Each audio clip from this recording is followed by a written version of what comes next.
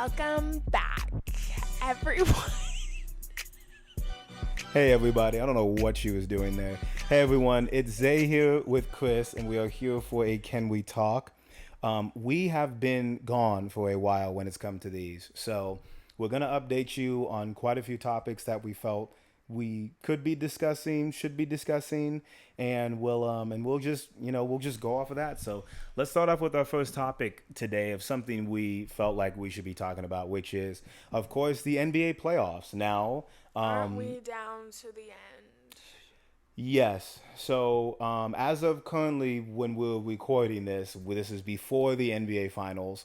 So we pretty much have a good look at who's going to be in it, but we won't say anything too early. However, let's ask Chris first to see how she feels about it. How have you felt about these NBA Finals Oh, sorry, not finals. About these NBA playoffs so far? I think a lot of people got exposed. Anybody in particular you felt got exposed during these playoffs? Just about everyone who has been eliminated. Okay, gotcha. So To a certain extent. So you say everyone who's been eliminated has been exposed. To a certain degree. Okay. Has there anybody who's been eliminated that you felt like they weren't exposed? They just lost to the better team. Can't say that because I won't say they're a better team. Dang. Okay. All right then. So far it's been entertaining. This is definitely the injured playoffs. A lot of people have been injured in this one. Giannis was injured. They haven't been. I'm going to list them right now. Giannis was injured. Jimmy Butler was injured.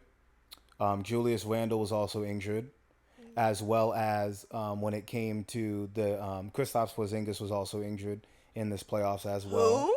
And then like he wasn't playing in the first. Let's stop. Huh? Like he wasn't playing it. What? Tyrese Halliburton is currently injured. Donovan Mitchell was injured. That I can keep going. There's a lot of people that's injured. This is a very injured playoffs, but it has been entertaining. But some people kept playing. But this is definitely a changing of the guard. So I think it was a year ago. Was it this season we watched LeBron get the 30,000 points or 38,000 points? That was last season. Wow. So that feels like a long time ago. Anyway, obviously LeBron's not here. He's a little bit not past his prime, but we've noticed like this is a changing of the guards. Like LeBron, Stephen Curry, Kevin Durant, the guys that we kind of like grew up watching, or we have seen, and we've seen them at their younger stages become older. Now they do look a little bit older here. I do want to. Now they do like they're just getting older. It's just younger guys that are getting better. Let me ask you this: what team surprised you in these playoffs so far? We're gonna have these long ass pauses as you're thinking. I'm just gonna say the Mavericks. I really just What about OKC? How'd you feel about OKC in the playoffs so far? They did what I thought they were gonna do. Okay. They did it better than what I thought they were. Okay. So but by a game. By a game. Okay, yeah. Okay, sure. I'm really disappointed in my lovely Nuggies. But hey, it was 7 games. Hey, but the team that you lost to, they are about to get swept. So is that a good thing for you guys? Or a bad thing? I mean, it's hard to repeat as a champion, as we've learned. The last 6 years we've had. My girls can do it. This is we're talking about the NBA, the National Basketball Association. We will talk about the WNBA at a later point, not in this video, at a later point in time. But the NBA, when it comes to it, we're in parity. There's no super teams. There's no team that's dominating every year. The last 6 years has been a different champion. So it's nice to see some younger stars. People talk about Jalen Brunson. People talk about Tyrese Halliburton. Not many people. You just learned who Paolo Banchero was just in this playoffs as it was. No, I knew who he was because remember I could always name him. Well, a little bit before, but now you at least know he gets to the playoffs. Overall, still been exciting, still been entertaining. There've been some close games, game winners. He's just saying that because his team is. I'm not talking about any specific teams in general. This is before the finals. Here we go again. I'm not going to get into specifics, but I am proud of a lot of the teams in this playoffs because of how well they've done. If I had to put some surprisers, I would definitely say that the Indiana Pacers surprised me. I did pick them beating the Bucks in the first round, but that was because Giannis wasn't a part of the series. But for them to make it as far as they are now is pretty impressive. Good job, Tyrese. Very impressive for them. We both can laugh at the Clippers, I think that of all the teams in the playoffs that definitely look lost going into next season, the Clippers look the most lost, as well as the Phoenix Suns. The Suns too. I was about to say the Phoenix Suns. The Phoenix Suns. What did you think? We know you're a Bradley Beal fan. Did you think that looks wise? Did you think that he performed to the best of his ability in the playoffs? No, I don't think. Did you think he was holding them back? Nope. So you would say the Suns are the most disappointing team in the playoffs so far? No, my Nuggets are. How are the Nuggets disappointing? Because I have something to look forward to from you guys, and you guys let me down by. So going into the playoffs, I haven't expected anything from the Suns since KD signed. Okay, but going into these playoffs, who did you really expect to win the title this year? Denver. So you expected Denver to win and repeat. Yeah. So because they didn't, that's your biggest disappointment. Yeah. Okay. But next would be the Suns, or would it be? I don't care about the Suns. Oh wow, okay. So the Suns, like I said, they're not on my radar. All right then. Okay. They're not on my radar. Alrighty then. Anybody who's been eliminated that you feel like shouldn't be on their team anymore? How about that? They're better, or how about this? What team showed you in the playoffs they're probably better without that player on their team? Because I definitely have. I'll say it first as you think. I definitely will tell you this now. After watching the Clippers, I do think that they can't function with Kawhi and Paul George. I think one of them has to go, and I think it's going to be Paul. And I think that they just can't work together. I've seen so much of them playing. Maybe get rid of Kawhi and put him on a geriatric I just don't think they are. As opposed to damn. You're right, though. He didn't play this full series. You're right. Exactly. Right. But they're going to keep Kawhi because they paid him more. And he has the title. He has 2 titles. But I would say Paul George doesn't need to be on the Clippers. That's my hot take of the playoffs so far. Who do you think doesn't? What about you? There's got to be someone you said, that nigga does not need to be on this team. Don't think about where they could go. Just think like what team is like. They probably don't need him on there. Kevin. Wow. So you say the Suns don't need Kevin. Because they never did. So they need someone who's Bradley a big, and Booker. burly guard. No, I didn't say shit about Bradley either. Who do you feel like the Suns need? If it's not Kevin, who? You're saying they don't need Kevin Durant. No. So who do they need to be defensive players? Defensive players? Oh. Because KD and Devin are never going to be a dynamic duo. Let me ask you this: do you think Kevin? Together. Do you think? So you think? They're so only you good think the Suns? That's it. Well, let me ask you this. Let me ask you this. This is an interesting question. Do you think the Suns have a number one player on their team, a number one option on their team? I seen a lot of buses in my day, but I ain't never seen one over there that's a driver. Wow. So you're saying the Suns? You're saying Bradley Beal's not a number one option? Yes or no? And looks. Stop. Damn. No, Bradley has never been a number one option. Be fucking Devin for real. Booker, not a number one option. No. Yes or no? Kevin Durant, a number one option. No. Okay, well there you go. There you have it. There's your hot take. Is the Suns do not have a number one option on their team, or they should get rid of Kevin. So there you go. Or they need to. Regardless, they just need to get defensive players. They need to what did they think him, Bradley, and Devin were gonna do? Like, I just really want to know, what did they think they were gonna do? You're right. I don't know. Bradley hardly ever played in Washington. It's true. Kevin, you are injured too a lot of the time. He is better now after the Achilles. And then they played a total of 5 games together, and 4 of them you got swept on. They played like 13 or 14 games together, but it wasn't enough. So it's giving James Harden, Kevin Durant. Gotcha. Anything? And Kyrie. Let me ask you this, just because we got the time while we're talking about this with the actual playoffs themselves. How do you feel about, what's going to happen? Like how do you feel about it becoming, you can see the changing of the guard, like the younger superstars coming in? It's always nice to see, because there's always going to be someone younger, stronger, faster than you. Because we're in the middle of it, like 5 years from now, people will be looking at Luka and Tatum and Shea, and they'll go, they've been in the playoffs a couple years. I already knew that because we see a lot of them are younger than us. So. Do you think they're ahead of schedule, or do you think it's right on time, like we expected it to be? Because now we're looking at, like I said, Steph, KD, and LeBron, we're pushing them out. Like they're being eliminated before the second round. Are pushing them out. But do you think now is do you think they're ahead of schedule? Like, do you think they're a year or two ahead, or do you think we're right where we need to be? I think they're were pretty much right on time. Alrighty then. And then I mean, these niggas are old. Like, they're like going toward 40. I mean, Vince Carter, wasn't he like the longest one to play? Wasn't he? He was 42. I know he's 42 until when LeBron, he left. Or LeBron will get there. LeBron will play until his 40s. But yeah, okay, that seems pretty good. Okay, cool. Rapid fire. I'm gonna give you the name of the team, and then you give me. Wait, should we talk about LeBron and his son real quick? Like a quick snippet. Why are you whispering like we can't? I can't edit this out, so it's all staying in here. So should we talk about LeBron and his... We can talk about LeBron and his kid right after this.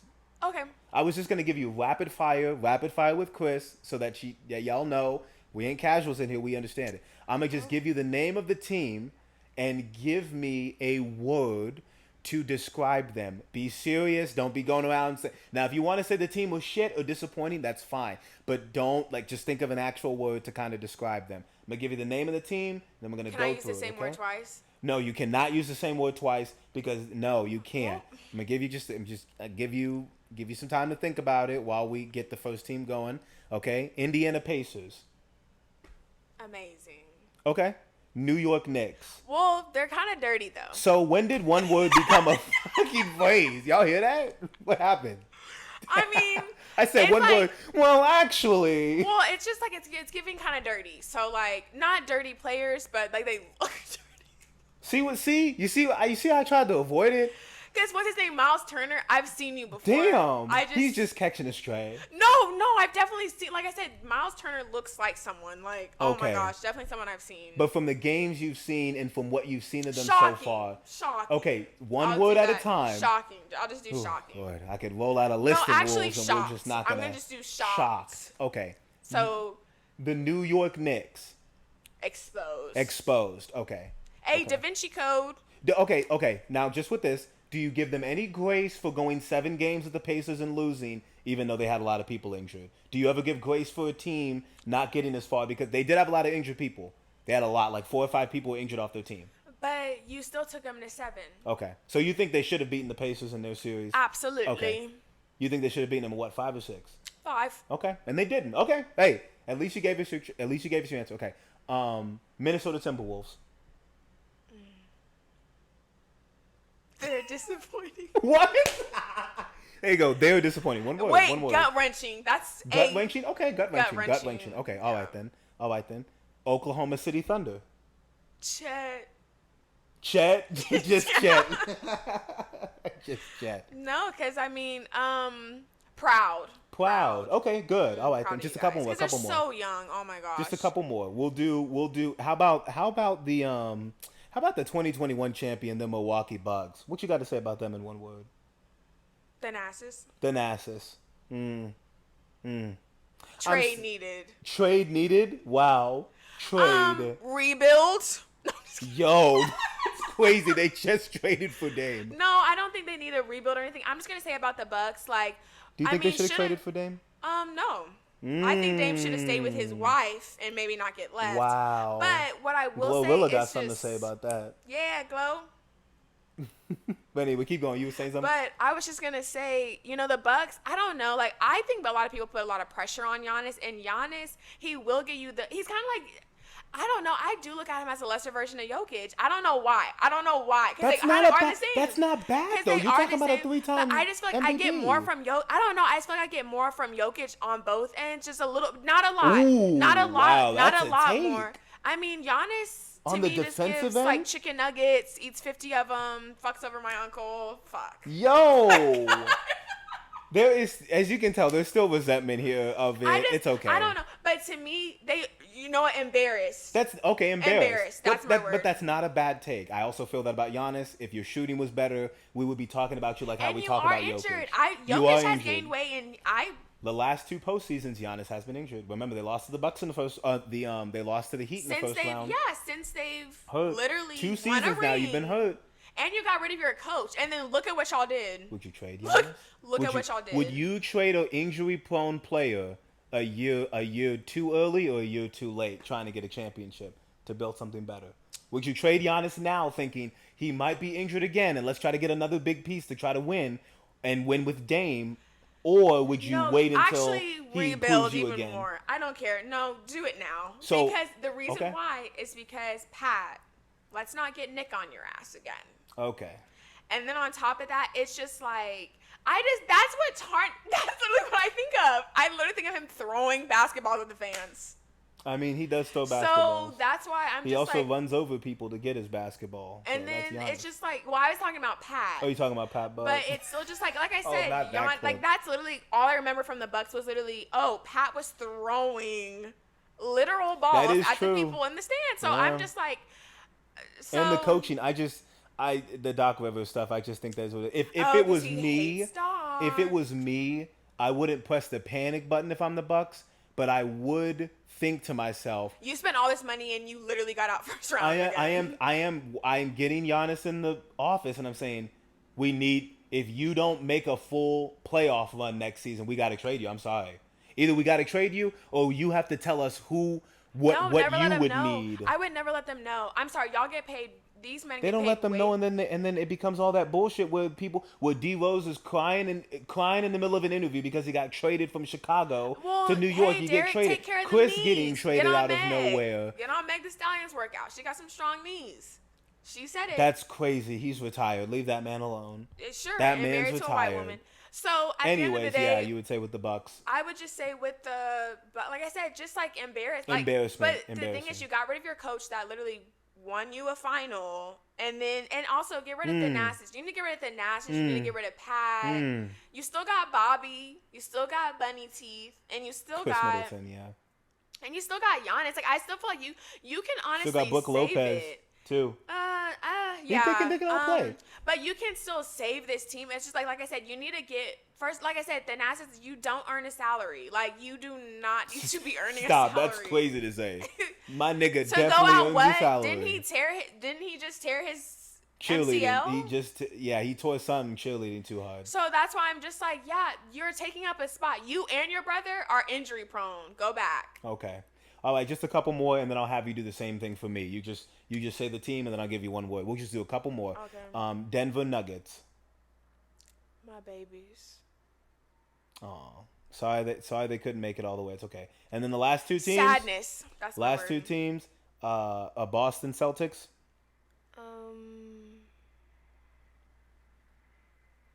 I really can't do one word. One word. What are you talking about? You can't do one word. Let's hope you don't choke. Stop. But I'll say one word. Ice. Ice? Okay. Could be ice cold. And then finally, Dallas Mavericks. No, ice is going to allude to a lot of different things when it comes to the seltzers.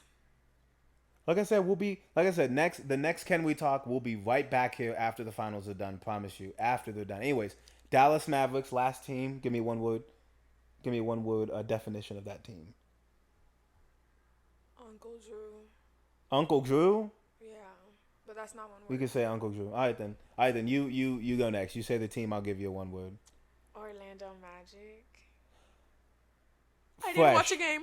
I would say fresh. I'm be honest. We didn't. Now, not a lot of people watch this series. I get it. Fresh. Fresh would just mean, congrats. You made it to the playoffs. You now know what it's like to make it to the playoffs. Fresh meat got in there. I'm glad that you guys got that taken care of. Okay, Timberwolves. Star. Yeah, Anthony Edwards is a star. Cat Williams. Carl Anthony Towns. Sorry, Cat. Love you, Cat. Absolutely love you. I said star because I think that stars are being made there. So yeah. Okay. What about Nuggets?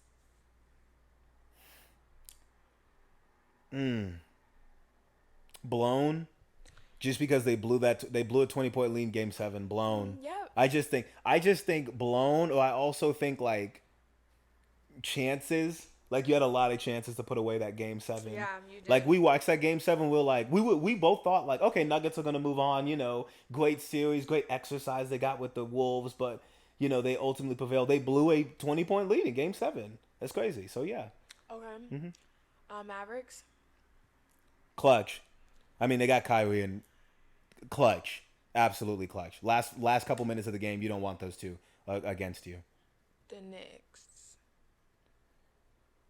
Infirmary. You guys just heard. What? Like infirmary. Like hospital Knicks. Hospital Knicks. And ER? NYER.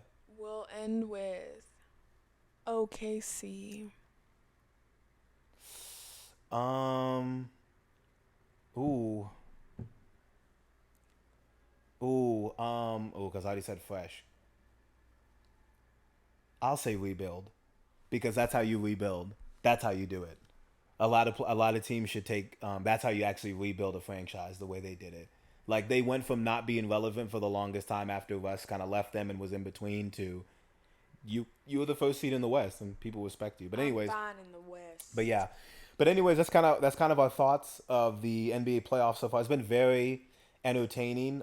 We are, like I said, we're currently one game away from the NBA Finals with the remaining four teams left. 3-0 for the Mavs and Celtics. Yeah, 3-0 for the Mavs and 3-0 for the Celtics so far. Like I said, we're not going to say what the finals is.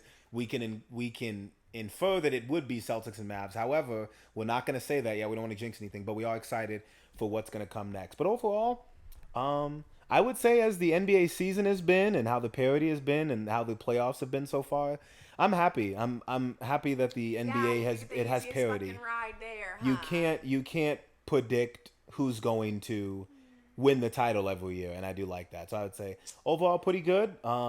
Any closing thoughts, whether the wild out of pocket takes or just things you wanted to get your chest off about the NBA? Oh, that's right. My bad. We're gonna do LeBron and his kid. Let's do LeBron and his son. This has been gaining some traction. Take it away, Chris. Let's talk about LeBron and his kid. Bronny. I'm more of a Bryce fan because he is the youngest, and I'm the youngest of my family. Okay. You didn't have to do me like that. You can give me later. I got it's just, Bronny, I know there's going to be a lot of critics, which he already knows this. He's had it since You know what, birth. Bronny? I'm not even going to address you, even though, because you're a kid. You literally are a kid. I'm going to address Mr. Legault. Mr. LeBron. Address him correct. Mr. James. LeBron Raymond James. LeBron James. Born out of Akron, Ohio. I just want to know, LeBron, do you truly, deep down, if God opened you right now and looked at your soul, do you truly feel your son is ready for the NBA? Now, isn't it interesting that a year ago, you might remember this. I'm going to remind you out here, Chris. A year ago, LeBron did tweet out, "Hey, ha ha ha, my son playing better than some of these players in the NBA. I wonder if he still feels that way now." Now, he could, but look at what's happening right now. What's happening when it comes to Bronny? When the draft process and everything. Bronny is, getting, what we say with the Nepo babies. Like, you are getting a kind of a free ride. I've seen that term used a lot with him. Yeah, Nepo, because, but hey, I don't ever fault Nepo babies because if I can give my kids the same resources that Why they not? get, Why I the hell absolutely not? would. I don't have anything Why against the Nepo hell wouldn't babies. you? I would just say, instead of maybe partying with Travis, maybe we should re-dribbling that ball. Hold on. I gotta frame things differently so that you guys get our take on this. We're not here to trash a kid trying to get into the NBA. At the end of the day, we want to see the best for Bronny James. He did have a heart issue before his first year at USC, a cardiovascular defect. Now, a lot of people have been saying that when he should have never went to USC because they weren't playing him. He was playing out of position, as they say. He was playing as a shooting guard, standing in the corner. You've seen it, standing and shooting, catch and shoot. They say he should be a point guard, kind of like a Drew Holiday or like a Derek White, plug him in, kind of do. They weren't using him at USC, so they say you weren't in your right position. Derek White was a shooting guard. He's a point guard? Yes, we use him as a point guard. Anyway, what I'm asking you this question is, because I want to frame it right so that people understand where we're coming from. If you feel like he wasn't played right at his college and he had that heart issue and he didn't get a full year of college, he just didn't. We didn't get to see him a full year at university. Do you believe, what do you think should have been his move if that's what happened? Or if you are Savannah James, we're not the parents, what would you want the path to be if that was your kid going through those things, trying to make it to the league? I would just say, I don't think Savannah really has a decision in this. I know, and I'm not saying, she's a woman, so she's not going to have any decision. I feel like she does make some decisions. That's what I'm saying. I just think this is something so so important to LeBron that she's probably like, okay, this I'm not. Yeah, I'm gonna let him have it. Like, I'll let him have it. I'm not gonna win this one. So you go ahead, and she's probably like, of course she's probably like, oh, I wouldn't mind if our son literally went with his dad every day to fucking work. Like, I don't think she would care. But what I will say is, you know, I just feel, like I said, I feel bad for Bronny because of all this criticism, but I do know that his parents probably got him already to that point. People are going to always shit on you. You're LeBron James' son. You're always going to be called that. And he knows that too. And he knows that too. So that's why, like you had said earlier, I'm never going to fault him for what he's doing. I would just say, you know, I would think he needs to at least do one more year, see where you're truly at, kind of do what, now granted, I don't like making this comparison because they're always injured, but, you know, the Ball brothers played overseas, you know, a little bit, and then what they did, they came over here and got injured, but majorly injured, all of them. So it's just kind of like, to me, it's just like, just have him at least, and also see how his heart's doing. Like, that's why I always say that was like your easiest kind of, not necessarily outing, because I mean it's still a cardiovascular defect, but I would just say that's a good reason to take a year. I would just say, see how your body is. I don't think you should ramp it up when you didn't even finish kind of the intermediate level. Like, you didn't. You're going now from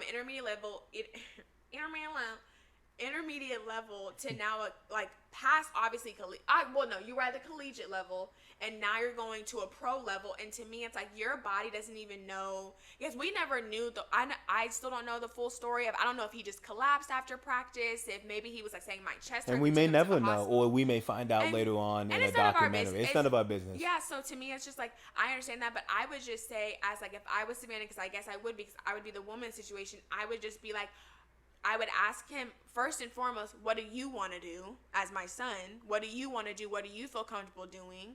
And I feel like he has that thing on that chip on his shoulder where it's like, my dad's getting older. I need to live up to his name. And it's like I might as well go ahead and kind of try it now with him, as opposed to not, because you'll never get another chance to play with him in the league at the same time. So that's why it's kind of like, I really do feel bad for him, just solely because of I don't feel bad for you in sense of you have a very nice life. I'm not going to say I feel bad for you in that, but I can see kind of where there might be a lot of strings pulling him a different way. Like, I want to do this for dad. I want to be safe though for mom. I do want to have a career in this, but it's like, I know I'm not going to be like my father, or maybe he's like, I can still get there, but maybe I need a little bit more training on the out. Like, there's probably so many things going on, and then he's probably like also thinking like, hey, I still kind of collapsed that one time when I found out I had a heart defect. So it's kind of, there's probably so many things like, okay, well, I need to take care of myself, I need to take care of my family, I need to set myself up for the future. But it's also like, okay, well, I know I like dribbling a ball, but it's like, how well can I dribble it? And do I want to do this as long as my dad did it? Exactly. I think that's ultimately one of the toughest questions. Is LeBron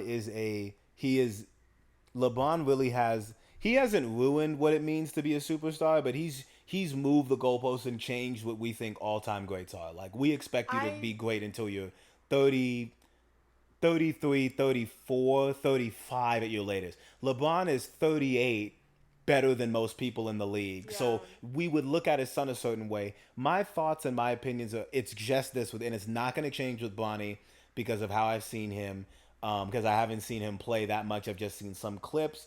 And of course, I saw the documentary, or the little docuseries thing of him in high school. That was the only time I really saw him playing, and I thought he was good at Sierra Canyon and everything. I'm gonna just say this: I don't fault you for getting into the league a year earlier than you probably think you should be in, because you don't know. You're not guaranteed to get it. I mean, It does. I'm not gonna lie to you, nigga. You are guaranteed. Like, your dad is LeBron James. We have to understand this. You are getting treatment because your dad is LeBron James. If you want to say Nepo baby, if anybody's making fun of him because of the fact that he has this, he did not ask to have his dad to be LeBron James. Yeah. He did not ask that. He didn't ask to be in the house he is, or to have the opportunities or the connections. If you happen to be very talented and gifted at playing the game of basketball, pursue it and do the most you can with it. And know you're going to be the best Bronny James you can be. You're not trying to be LeBron. You're not. Because guess what? Kobe tried to be Michael and he couldn't be Michael. But who did he become? Kobe Bryant. And LeBron wanted to be Michael, but guess who he became? LeBron James. So, Bronny, you can try to become LeBron James, but you'll be Bronny James. And for people who are ignorant, they'll always view you as, he's just LeBron's son. Yeah. Bronny, you could win 8 titles. You're still going to be LeBron's son. Yeah. You could play every game for the first 5 years of your career, not miss a game, make the playoffs, get eliminated the same round, and not hit a game-winning shot at all. You're still LeBron James' son. Or you could win MVP, Rookie of the Year, and win the title your first year. You're still LeBron James' son. So my advice or my takeaway of all this is the talking heads in the media who are using this, we need to talk about the people who are actually going first, second, third, fourth, and fifth in the draft. Yeah. We do. I'm sorry. We've never talked about an NBA prospect that's getting drafted this low ever. We know I don't even know who's going first. Now with Victor, y'all talking about Bonnie like he Victor. Am I right or am I wrong? Y'all talking about Bonnie like he Victor. We know what Victor is because he came into the league and he shocked us. Or not really shocked us. He came in the league and this is going to be his league in the next 10.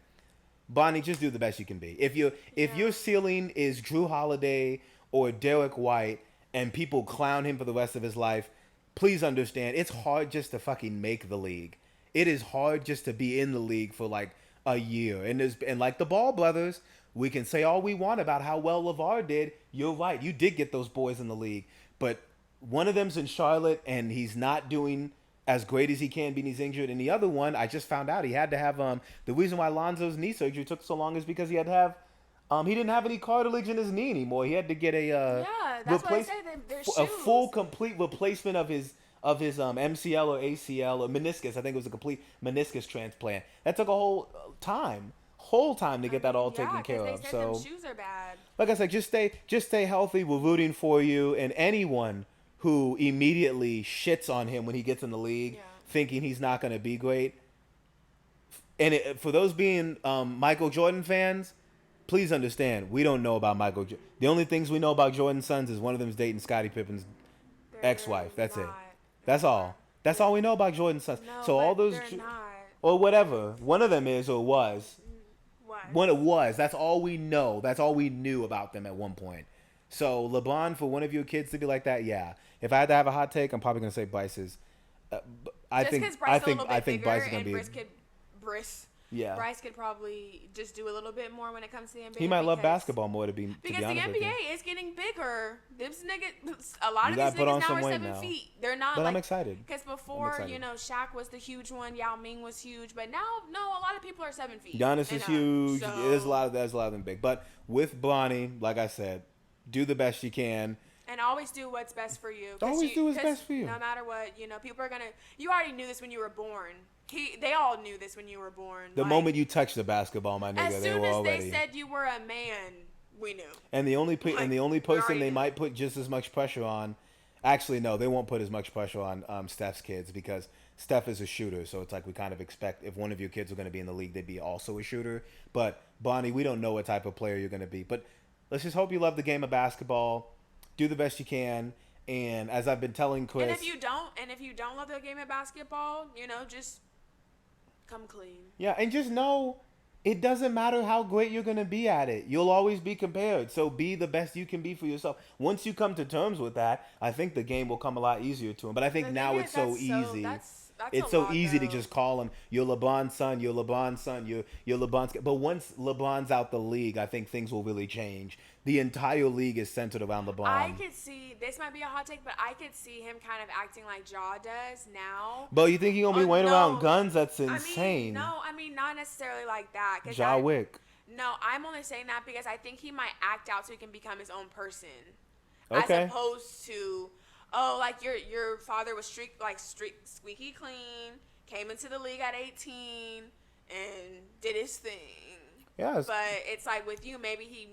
I hope he doesn't do... But Ja is still a great basketball player, right? Yeah, we just haven't seen him in a while. We just know, But when they came back, they won 2 games with you, and then look at you. Mm-hmm. And then my last hot take before we finish this out for this section of the NBA is the biggest problem the NBA has is the media and narrative talk. We don't have a face of the league. It's kind of messed up now. We're in a very weird place where there are new stars coming into the league, but the media hasn't done its job in building the face of a league. It's constantly hanging on to LeBron, and because of how successful and crazy great LeBron's career is, the media has no idea who to call the face of the league. So now they're just like, okay, Anthony Edwards is the face. Maybe not. Why can't you have and they don't want to have a European player as the face. Because why hasn't Giannis been it? Why don't you call Jokic the face? The nigga won 3 MVPs in 4 years. A lot of them, and another thing too, LeBron is very open about his life. Kobe marketable. was too. Shaq was marketable. too. Yep. So that's why I'm saying, like, Giannis, Steph, you don't see his marketable. You don't see his wife. You don't. And then, I mean, you do, but you don't see her on television. But that's like, what I'm saying. You don't see her on television. That's yeah. what I'm saying. Like, and same with Jokic's wife. We saw them win when they won at the fucking bottom, and that's it. That besides was it. his brothers, and then plus also, I feel like they have more love for like the things outside of it. They don't. Basketball isn't everything to them. They have wives. They have kids. The face of the league has to be someone obsessed with basketball. Like Jason, like same with you. He cares more about Deuce than being on a fucking. Dad, he's private. He has a private life. That's another thing too. Luca, you have a private life as well. Like no one even knows you have a kid. I guess besides me. Literally. I mean, people know his. I but didn't people even know knew you that. got married. But I'm like, yeah, he has a whole daughter. Huh? What? So that's what I'm saying. But that's good because it's like you have to learn them as basketball players. You can't be trying to know everything. That's what social media's messed up. Everyone knew everything about Kobe's wife and her and like how he had daughters. Like everyone knew all that. Anthony, you know what you said at the beginning of the year. Like it's just gonna be like I said. I just feel like I don't think there's that many men how it was back then to where because remember when Shaq and them were coming up in LeBron, there wasn't that many cameras. You had little flip phones. Yes. So it was the I cannot believe I'm saying this because people are gonna think because now it's been changed, but.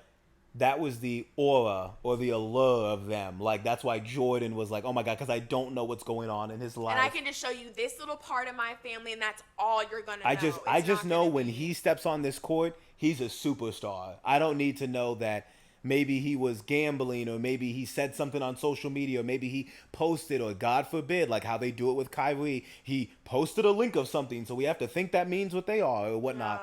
And I think it's interesting because it's funny because we're looking at Paul George. If Paul George was a far more consistent and better player, they probably could have made him a face of the league because at least he has a podcast and stuff. A lot of people are injured. Yeah, and Jalen Brunson, I feel like he could have been maybe one of whatnot because he has a great personality. It's kind of like you can talk to him, you can chill with him, but it is what it is. I don't know who's going to be the face of the league. I feel like whoever wins the finals and wins final MVP, they're going to call that the face of the league, even if they don't want to be. But that's kind of how the NBA is now. I would love to see how we are when LeBron's finally retired. But maybe also there's no face of the league because of the fact there have been 6 different champions. That is true. So maybe they're like, there isn't anyone. There's no one consistently winning. There's no one as valuable consistently right now. Yeah, but it's also like you need to have someone who they talk controversy about. But yeah, that's our thoughts about the NBA so far. Like I said, we'll give you more thoughts on this kind of stuff after we're done with the NBA Finals. But we're gonna go ahead and move on to our next subject here. All right, then we're gonna move on to our next subject here. Let's talk about something that's just been bugging the hell out of us for a minute. Have you guys ever wanted to go watch a movie in the theaters, but then it's not in theaters anymore? Yep. Where is it? It's on these damn streaming services, or it's on digital download, or you're pretty much already home and it's just online right there. Like you see a trailer for it and it says it's in theaters, but then you go over to Netflix or Max or Prime or Paramount and it's there. And it's not just there like for you to rent it, like it's there for you to just like buy it. So you're thinking, why would I go to the theaters at all? Spend $30 for 2 tickets. And then don't even get me started with that food. The concessions, yeah. The concession price is wild. Oh boy. All to sit, you could be in the theater with what? Yelling babies or kids who are just people on the phone because they don't know how to, or your movie may mess up. You may be kicked out because God forbid, I don't know, a fire alarm goes off, or you could be visited by one of the actors in the movie. Now, that's just your kind of interpretation of what can happen at movies. But it's not during a movie. But it's not during a movie. Now, we just wanted to quickly just give you some examples of this. I had noticed this with a movie called, first off, with The Fall Guys. We had seen this. It has Emily Blunt and Fall Guy. Fall Guys? The Fall Guy, yeah.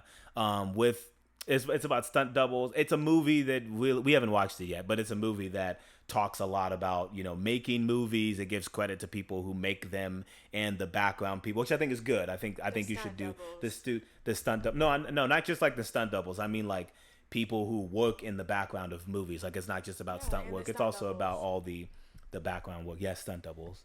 Stunt doubles? The dun dun. The dun dun? Stunt doubles? So yes. Emily Blunt and Jake Gyllenhaal. Yeah, but anyways, that movie, great press tour. I think that they had a lot of the good interviews. Like I think that their marketing was pretty good for it. Right there. You don't think the marketing was? I thought the marketing was good. No. What I'm gonna say though, guys, I personally, this is another thing that you probably wouldn't want to address either. I don't feel like there's good press tours anymore. I do not think so. Okay. I do not think only press tour I've seen is for Dune. That's the only, because I see. Wow, that's interesting. Barbie, Oppenheimer, you didn't see those? Okay. I was about to say. Can we keep it this year?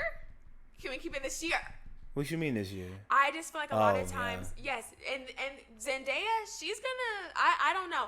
I just only see a lot of marketing whenever it's like, so of course for Barbie, Oppenheimer, more so for Barbie though, just because it's probably a little bit easier because there's so many. I mean, those were. Go ahead. You can't go around and dropping bombs, right? You can go around and throw some Barbies. But what I will say is, I just do not feel like a lot of press tours are not doing well. Like, I feel like it's putting so much money out there for these movies, and it goes toward that budget that is never actually fulfilled. So I just think a lot of times the press tours, they think they're doing great. First of all, if you do a press tour all over in the UK, but the movie comes out earlier in the USA than it does over there, why are you promoting it so heavily over there? Because you know you'll make more money, or what's going on? That's essentially what it is, yes. Absolutely. Same thing with China, too. But that's why I say it's always going to be a detriment to you all who live in America because, like, to the actors. I'm talking about the actors themselves and the actresses. It's like, when you come back home, I just feel like I said, press touring is not really what it's coming up to be, and a lot of times I feel like they don't promote the movies. Only time I personally see movie trailers is every blue moon on an NBA or like an NFL game, right? Or I literally see it when we're at the movies, seeing something else. That's fair. I feel like back in the day, you would see trailers. Hello, Morbius, even Elemental, that Black trailer. Phone. Yes. Do you know how many trailers? It was annoying. Okay, but what you just said, it was annoying, so you kind of got to pull back on how annoying it can be. But it also made me think, okay, they're advertising this shit a lot. I'm definitely going to know what movie this is, as opposed to what they do now, where, like, we're leading into, you literally show a little snippet of a trailer, and that's something else that has messed it up too, the trailers. Because y'all be giving way too much out in the trailers. Yes, I will agree with that. Trailers, whoever makes trailers for movies, you definitely know how to, like, spoil the movie. You pretty have much. to stop at the first two. Once you get to that third one, the third one tells you everything. That is a good point. There's too many. Just stick with the two trailers. Do a little, a very short one with the date, and then do one that's a little cinematic one. Now, because I've seen some more press tours, then you've recently, I'll go ahead and tell you this. With things like the Furiosa press tour, I think that one was okay. I think that they, you usually have people dress up and whatnot. So where did you see it? Where did you see the Most of them I see them online. And so with the Fall Guy, that one was advertised a lot. I do remember them having actual stunt people, like, fighting each other and breaking through the glass and things like I said, it was interesting. You brought a flair to the film itself. It was a lot more. They did more for the Fall Guy than I thought they were gonna do. Dune was Dune. Nobody would stop fucking talking about it. Dune was there. Challengers came and went. But the reason, I do agree with you that the press tours are being used in not the best light. However, I will say that a reason why they have fallen off is because Barbie and Oppenheimer were the last press tours that were done that were like, we're gonna put a lot of money into this and hopefully it works out to promote movies, and then it was like in the middle of the writer's strike stuff. And the actors and everybody involved, they literally didn't know what to do. They were like, we're not going on this press tour because we're going to be promoting something that's against what we believe in, which is this. You can't stop the movie from being put out, but you can stop putting yourself out there as the actor to support it. So I feel like after that happened, there were some actors and creatives who probably said we were gonna do a press tour for this movie, but maybe that runs people the wrong way. Maybe that looks weird now.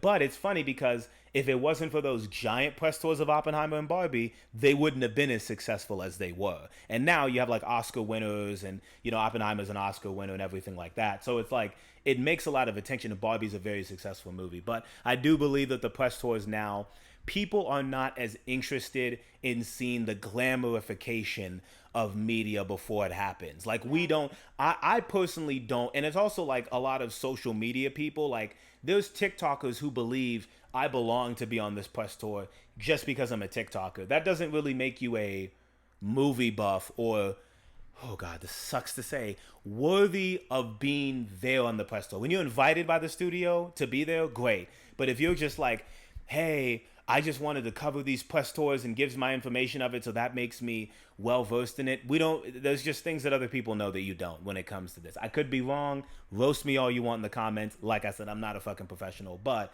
when it comes to these press tours, The Fall Guy was the last one that I saw that I said, damn, they're actually really trying.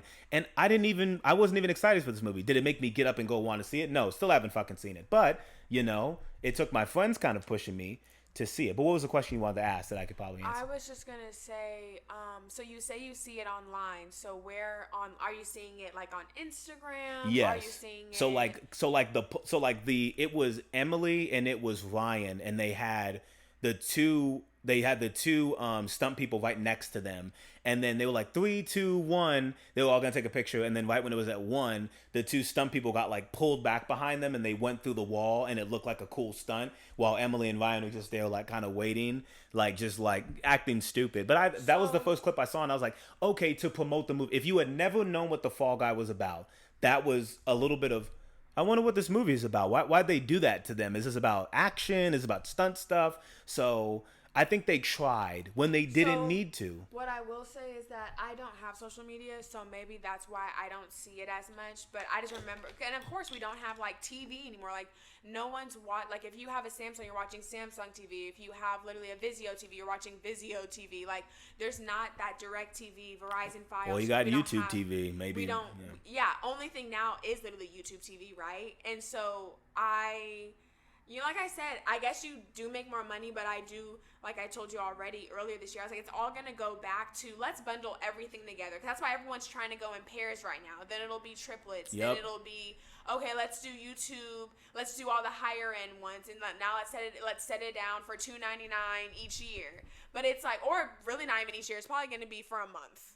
So it's, like I said, it sucks. I get it. I understand. No, the big examples I really wanted to make with this was, like I said with The Fall Guy, this is really what pissed me off is The Fall Guy came out in theaters just a couple of weeks ago, and it's already being promoted to being on digital streaming. Like it's already promoted. And to me, look, it takes us a lot just to get out of our seats to go to a theater to go see a movie, because there's a lot. It came out May 3rd. It came out May 3rd, and I already saw a graphic, I think it was last week, saying that it is already getting like, oh, be expecting at the end of this month, or be expecting at the end of, or the beginning of next month. It's going to be streaming, digital download. Y'all, look, I just remember the days when it was like, I have to go see this movie in theaters because it's not going to be out on DVD until 6 months from now. And also, you would be getting those DVDs on Christmas. So you waiting a whole year to see the movie again. But I like that allure of, I'm not going to be able to see this for a minute unless you see it on certain websites. But then that quality isn't the best that you need it to. Because then that helps with box offices. Yep. And then it's like, oh, I have to see it. I need to go back. Or, whenever it comes to the DVD sales, it's like, okay, you can pre-order DVDs, but like a good example is the first Avatar movie. Like, you had to be there to see it in theaters. You weren't, because 6 months later, then it's on DVD. You didn't have 3D. You didn't have no 3D, and you were not finding that online because people were not. Yeah. People were very risky in that theater because it was 3D, so you can't replicate that. So, but nowadays, when we saw the last Avatar, we did see it in theaters because it's a great theater experience and it was a good theater experience. But I knew in the back of my mind, man, this shit's gonna be on streaming in about 2 months. And what was it? Already on Netflix in about a couple months. And Disney Plus. After Disney Plus afterwards in HD, so you could see it just from the comfort of your home. But it's ruined it. Another example is is Furiosa. I'm looking at it just right now, folks. It's estimated to open with $31 million domestically. How much was the production budget? How much did it cost to make this Furiosa movie? $170 million. $1,000. That's not a lot. But it's losing a lot of money, and it's not like it's a bad movie. It's not like now we haven't seen it, but it's not like it's a bad movie. It's not like people are trashing it now. It's got between like a 90 and 100 on Rotten Tomatoes. I was about to say Fast and Furious, the Mad Max series. It's very successful. It's just that people are thinking what we're thinking. Yeah, it's just that people are thinking what we're thinking. Why would I want to go see this in the movies when it's just going to be in the streaming in like a couple weeks? Exactly. Why? Oh, and by the way, that ticket to go see it in the movies, why wouldn't I just pay that same price to see it from home? $16 for one because I know I'm saving money with my food, because I can cook myself a damn good meal, and watch the same movie from home. Oh, $19.99 at the theaters when it's really like $20.52 after taxes, or $19.99 from home, and you know you're at home, and you don't have, and you know nobody's gonna be. Oh, and you can pause it. And the safety of it. You can pause it. You can rewind. Oh, and you got the subtitles. Have friends come over. You see, we're pitching it for you. No, I'm joking. I'm joking. We do like going to the movies, but this is the problem, though. Seriously, Actually, we just saw. I just saw the trailer for, not the trailer, but I just saw them making a new Knives Out. Like I told you, Wake Up, Dead Man. That's the second Knives Out was on Netflix, exclusively on Netflix for Christmas, and that's kind of like, well, damn, because we like that and kind of would have seen that in theaters. It's still a fun time from home, but the third one, I already know it's gonna be on Netflix, and if we do see it in theaters, why the hell would we go see it in theaters? Because it's on Netflix. It's all for that atmosphere. But like I said, ever since I think the reason why streaming services probably took a big hit was from all the fucking shootings. There's so many massacres and shootings happening in theaters. Yeah, theaters have become a little bit more dangerous. I would also say 2020, I'm definitely, of all the streaming services, I blame Max the most. HBO Max fucked this up in 2020. I'll never forget it when they announced, I don't know if you remember, but they announced, hey, we're going, because of the pandemic, because people weren't going to the theaters in 2020, Max said, the same day we release this in theaters for the select people that go see it, we're going to release it on Max too. Yeah. And people thought that's great for right now, but you ushered it in differently. Because now people are thinking, damn, I kind of wish that was still the same thing though. I have a choice. Now you do have a choice. Yeah. Now you actually do. Do you really need to say, I saw this movie this weekend when it came out, or I'll just stay offline and stay off of social media stay away from the spoilers. I can still see it this weekend. I'll just be at home. Yeah, and still see it online at home. Because they still do have premieres like that too. They definitely do. But we just wanted to come on here and say to you guys, and another thing is it does take away from original movies that are produced by the streaming services. We forget that when all you do is put, hey, anyone but you, we're going to premiere it today, and then we're going to take away these movies off Netflix next week, and we're going to put these on. I don't even know what's a Netflix original movie. What's a Hulu original movie anymore? I'm only going to the streaming service to see, do you have the movie that was in theaters a couple months ago? You see what I'm doing? Instead of, let me be suggested with something new. Now we all wonder why it seems like Hollywood has the same shit again and again and again. Now, that's not an exception. There's been some movies we've watched that has proven us wrong. Hollywood can try some new things, like Challengers. That's new, it's different, it's fresh. And I think that it wouldn't be as successful if Max said, well, Zendaya did Euphoria for us. So Zendaya, we're going to take Challengers and put it on Max first day. I don't think it would have gotten as much. They could have done that. Same, Netflix could have been like, hey, we want Fall Guy. We just want it. Yeah. Same thing with Furiosa, like I said. And that's what they're gonna do. That's what they're gonna do. Like, yeah, they're gonna what was it? Roadhouse could have been in theaters, but they said, fuck it, we're gonna put it on Prime. Yeah. It's just like, come on, y'all. Like, there's just things that we expect, we want to see in theaters. Another thing that's shiesty too is that, like, if you do have a Netflix, shiesty, because Netflix originals might come out, but then, well, I won't say Netflix originals or Hulu originals, anything like that, but I will say Netflix might have a movie on there, but the behind the scenes is on Paramount. That's Oh, ghetto as yeah. fuck too. That's another Because thing. I don't remember what movie I was watching, but it literally, or remember they have Kingdom of the Planet of the Apes A now. preview, They a have preview like of it on Hulu. they have like little behind, but it's a Behind behind the the scenes scenes, things yeah. too. So it's just kind of like, okay, and that's on Disney, but it's also on Hulu too, because now Disney and Hulu are. It's just like I said, everyone's just trying to. But if we didn't go see it in theaters, guess what? It'd be out there next week. Yeah. So to me, it's just. And that like, pisses me off. Like and I then said. it messes up like I'm sure like I said, I don't think they exist anymore due to inflation regardless, but it's definitely like with because I remember sometimes you'd be like, oh, you know what, I'll watch a movie originally in the theater, I'll go see it, damn, I really want to see that again, I'm gonna go to the dollar theater. Bingo. Maybe like 8 weeks from now, Yeah, when it's at the dollar theater, and then at least I've seen it a little bit before I get to buy it on DVD. It helps. It was like a nice flow of like, cinema, but now it's of just rewatching the film or really getting the money up. At the end of the day, you're going to make the most amount of money watching the film in theaters. You just are. Because you're guaranteed people are buying that ticket for the movie versus, oh, you're buying this service and you happen to watch the movie. And finally, the last reason why it's very important to have these movies in theaters longer, they get the actors, the writers, the creators, the editors, they get paid more. They get paid more. And if there's one thing we love to see a great movie. But we love to see a great movie where the people got paid in it too. Or the people were treated right in the film. Like, we know, like, you're making your money off of this film and it's good to see. There are exceptions. There's certain actors and directors that we'll get up and we'll go see it. Like a Jordan Peele film, there's no reason, we're not going to watch it from home. We're going to go to the theater to watch it because that's an experience type of film. But because the streaming services is here, it's changed our interpretation of some movies and franchises. We watched the last did we watch the last Fast and Furious from home, or did we watch that in theaters? We watched it at home. We watched it at home. So it's like, but before, that's a theater experience. Like, I gotta see that. Now the Spider-Verse movies, we'll see that in the theaters, but I just think that that's a real big problem, and you can tell they're losing money because we just saw this.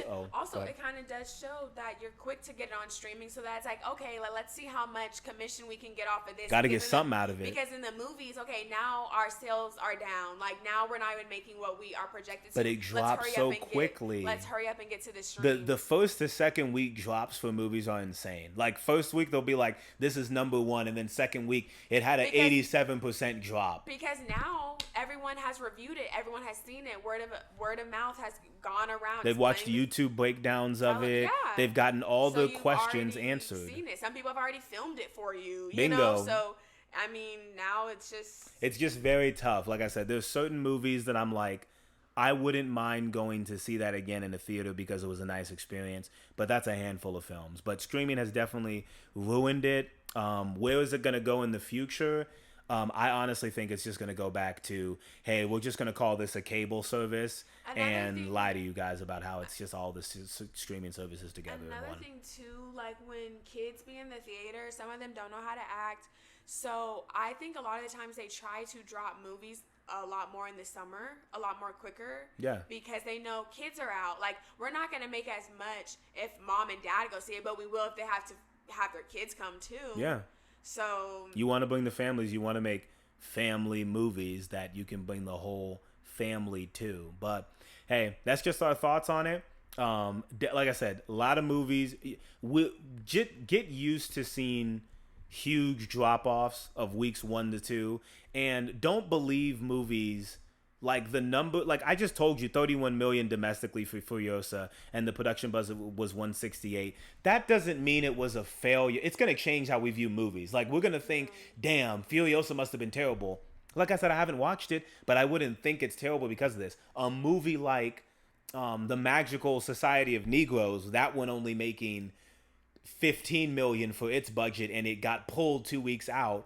That is a bad movie that gets pulled, and that's not on streaming because they know this is shit. No one's buying this. No one's liking this. But when you take a huge movie and you see, damn, it only lasted a couple weeks at the number one spot, the turnover rate is quick and it's already on streaming. But don't let that change your opinion of movies. Like I said, I was deterred from The Fall Guy because I thought it was just a normal run-of-the-mill movie. But I saw the marketing on the press tour, and I said, hey, it ought to be worth watching and whatnot. But then again, Dune had a great press tour, and we ain't watching that shit. Too boring. Sorry. Everyone's got their own cup of tea. But if you really like a movie and you want to see it in theaters, go see it in theaters. Don't let anything, because sometimes you can have the best experience with a movie because you see it in theaters. And sometimes you can hate a movie just because you watched it from home and maybe there's sounds in your house or you were busy that day and you had to pause it and leave it. You do get distracted from home. At least in the theater, you're like, damn, I have to be in this. That's the theater experience. I can't just go outside and go, hey, can you run that back? I missed it. Or, wait, what'd they say? Even though, let me tell y'all, most of these times in the theaters, I'm like, fuck, I can't.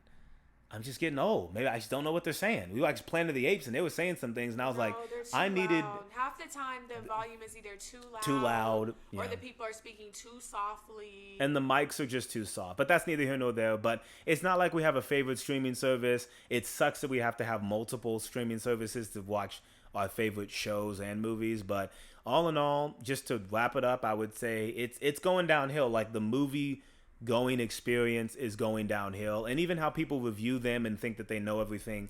Like I said, there's a bunch of people on the internet who think that they know every single thing about the movie industry and how it works, and it's just like, just go to the fucking movie and enjoy it. If you like a movie, great. If you don't, great, whatever. And also with the reviews, I would always say, obviously, no matter what, because we obviously do movie reviews, I would always say, before you see anyone review it, go, if you truly watch us first before you go see anything. No, if you truly want to, and maybe, because I understand a lot of us go to reviews because we're like, oh, I don't know if I should go, because like, that's exactly a second opinion. That's exactly how I was about Challengers. I was just like, like, I really don't care about seeing, like, you know, a lot of stuff like that, or if it's going to be kind of like a Euphoria thing, I'm not really into that. I'd rather not really watch it. But it's like, okay, I didn't see anyone review it, but I said, okay, let's go ahead and give it a shot. We went and saw it. But, and like I said, it was very surprising, but it was nice because, once again, they didn't show you too much in the trailer. And also, we have been mindful of just not even look at trailers because it gives we only saw one. I think we only saw one trailer for Challengers. Yeah, and it was just her literally leaning back. And that did a good marketing because it was here, and then because it was promoting sex, and like I said, they never had sex in the movie. That's how you promote. You got me intrigued enough to look at it. You know, I know you have a beautiful, you know, woman that's literally the face of it. So it's like it's a little bit easier to do. Yes. So that's why I said the team around Zendaya knows how to market her movies.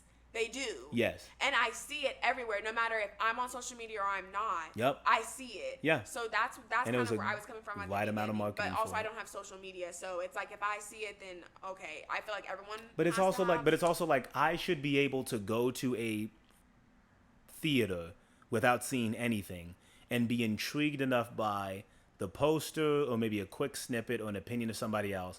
Hey, should I go see this movie or should I not? How does it look? But if you're just excited to go see a movie, go see it. Even if the Rotten Tomatoes is shitty on it, because there's tons of Rotten Tomatoes that are wrong. Like, there's a bunch of Rotten Tomatoes that are fairly high, and then there's some that are really low. Don't believe all that. The Winnie the Pooh horror movie sequels got an 100. That should tell you what you. And the first movie's got a 0. So that should tell you how it is. Don't let the opinions of others impact how you want to see a movie, if you want to see. Now, afterwards, that's fine. Afterwards, go read it. Go write your own review. Go do something on Letterboxd or do what we do and pick up a mic and fucking talk about it for a second. But don't just go, damn, I don't really know if I want to see Challengers, and then you see a bad review and you're like, see, I told you it was bad. You didn't even fucking see it. So go see the film instead of saying bad things about it. That happens a lot. You'll be surprised how many people give reviews of movies and you didn't really watch it. You just going on the train of it's shit because of this. Give your opinion because of it. But back to the streaming thing, like I said, to round it all out, it has messed up our opinions of movies. We just got to bring life back into them. And shameless plug for the Challengers thing, always check out our report cards. If you ever want unbiased, great opinions of movies and TV shows, we'll tell you exactly how it is with the report card. But please understand, when we do our job for it, we care. Like, we still care about the film. Like, we still want it.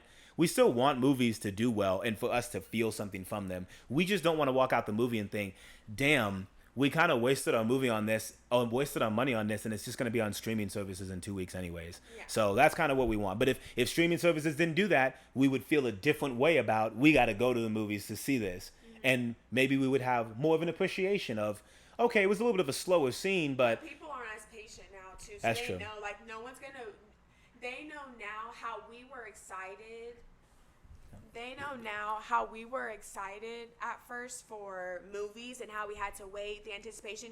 Kids aren't like that now. Kids are like, oh, you can watch I don't that shit care. on TikTok. No, or it's really like, oh, I don't care. Like I've seen it the first time. I'm cool. It was straight. It was mid. Whatever. They have their interpretation of it. That's it. That's what they tell their friends. That's what their friends think. They move on. Yep. They're not going to be excited. Or if say it was a great movie, oh cool. They're gonna find it somewhere else, and then they just have it. Yeah. It's not like, oh, like I would want to watch this movie again and again, and then I want to buy it. Like it's not like that anymore. Yeah. It's just times truly have changed. So honestly, it's not that simple. So yeah. So for whoever's made it this far into it, we got a little assignment for you. Sorry if you're a kid in school, this is like homework. The next movie you really want to go watch and see, the next time you see a movie that's in theaters and you want to go see it, Chris and I challenge you to go see it. Right, Chris? Do you challenge him to go see it? I would challenge you to go see it. If you feel safe to do so, go see it. Don't go look a review up. The next movie you see a trailer of and you go, hey, that looks interesting. Just watch that one trailer. Don't watch anything else. Don't look up the Instagram. Maybe watch some of the interviews of the actors if they have that. I think that's nice when they do that. Watch the interviews of the actors after the fact. Because a lot of times there are things that are spoiled. But don't ruin your experience of a good moment. Don't go on Twitter or Instagram and go see. I wonder what other people thought of this before I go see it. Just go fucking see it. And if you feel like you really wasted your money, then go put that in the review and go warn other people. But if you had a damn good time because you only saw one trailer, let people know. But anyways, shame on you, Max. This is all your fault. HBO, this is all your fault. Hulu and Disney Plus, stop combining. And if you want a good cable package, always try YouTube TV free trial. Very great. Always try YouTube TV free trial. Hey, any of y'all want to sponsor us, let us know. Email. We'll change our opinions real quick. But anyways, we hope you guys appreciate our thoughts on this. But yeah, go to the movies, y'all. It's fun. Go to the movies. Sound old saying that, but yeah. Safely. And don't be spending so much damn money on those concessions. It's not worth it. Sneak them in. Anyways. Alrighty, then next up. Chris kind of passionate about this one. I'm not passionate. I just know that we have to put our cell phones away. Yes, like I said, I personally right don't have social media because there is a point to it for everyone, but I just don't see a point of it for me.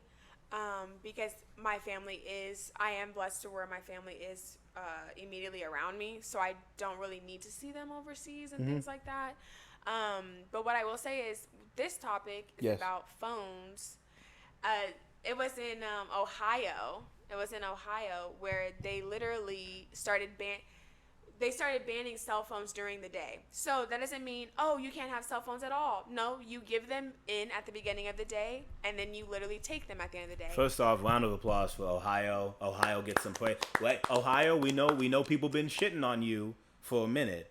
Praise in Ohio right now. Yeah, it's in the Dayton Public School, and I watched the video of it, and it's so crazy, guys, how literally, like, the kids will hide it in their food. We'll have a link to the video in their underwear. They'll hide it in where? Their underwear. They'll hide it. You'll see, like, on the video, they'll hide it in their underwear, and then, like, they have to get checked. They'll try to hide it in, like, little pockets and little book pockets. Kids are creative. We all know. We all had different ways to sneak, like, stuff in and out of our houses and things like that. Of course. Kids clearly going to figure it out. But I do really, when I found this, I was like, that's good, because the reason why I even found it is because they were saying that they're already seeing improvements in reading, math, and social interaction between students, because exactly, you're not on your phone all day, just like how we're used to our moms. Oh, that's why you can't read, because you're on that phone all day. And it's so funny that's the amount of your room's dirty. And it's funny the amount of clips I've seen of people who are depressed or people who took major breaks from being on not just social media but being on their phones for months. We say like 5-6 months at a time. They say the same thing. They're like, it is indeed that damn phone. They always say that. They're like, our moms, our parents were right. It is that damn phone. Now, I'll just quickly tell you kind of like what my experience was younger in school with the phone. I had no desire to have I had no desire to be like, oh, let me text people.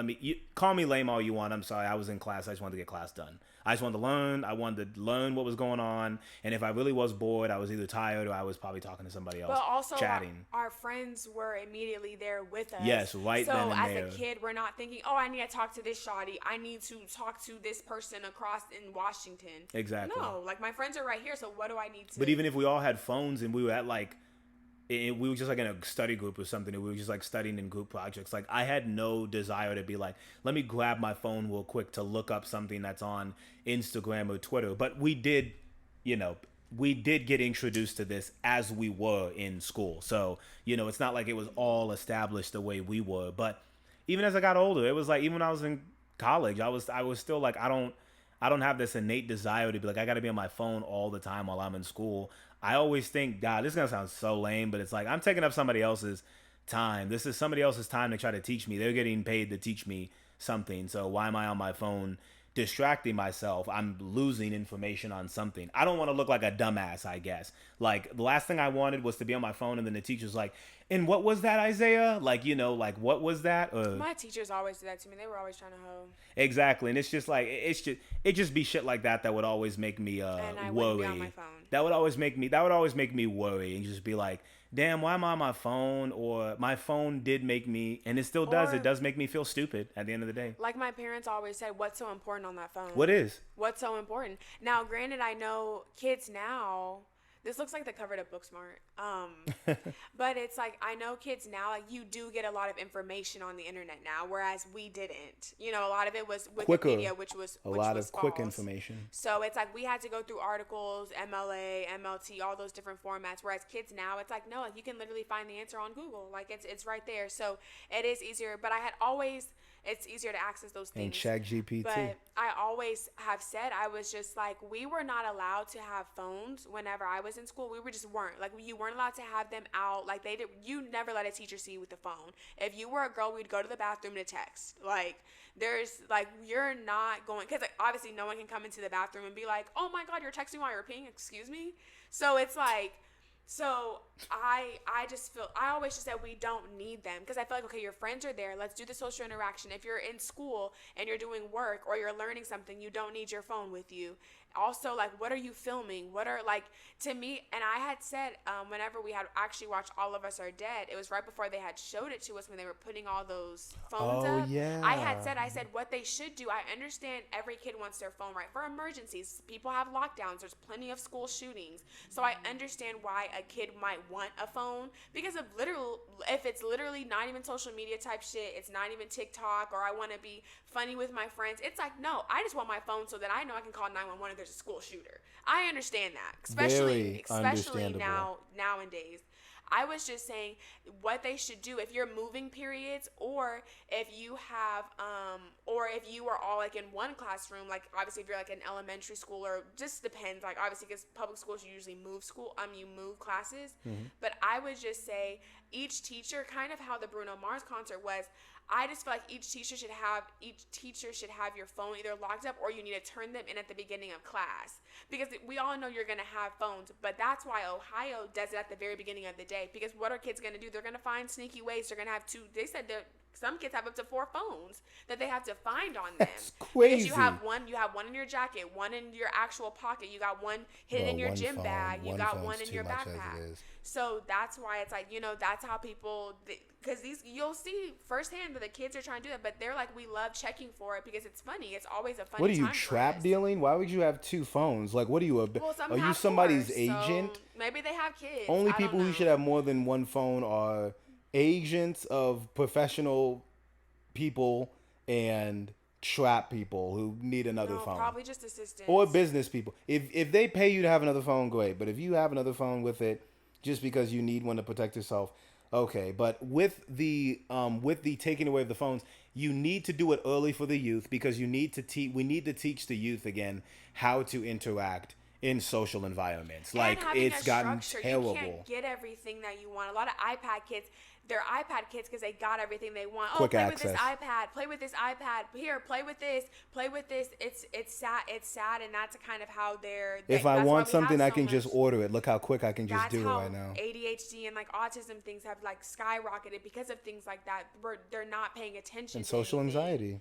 So that's why I feel like it was always best to just, now, like I said, Ohio did it obviously clearly the best so far, but it should be mandated in every single, I feel like, school district. Yep. This is the Dayton Public School District who's done it already. It should be like this. I'm just like, there's no reason as to why me as a 12 and 13-year-old I need to have my phone with me at all times.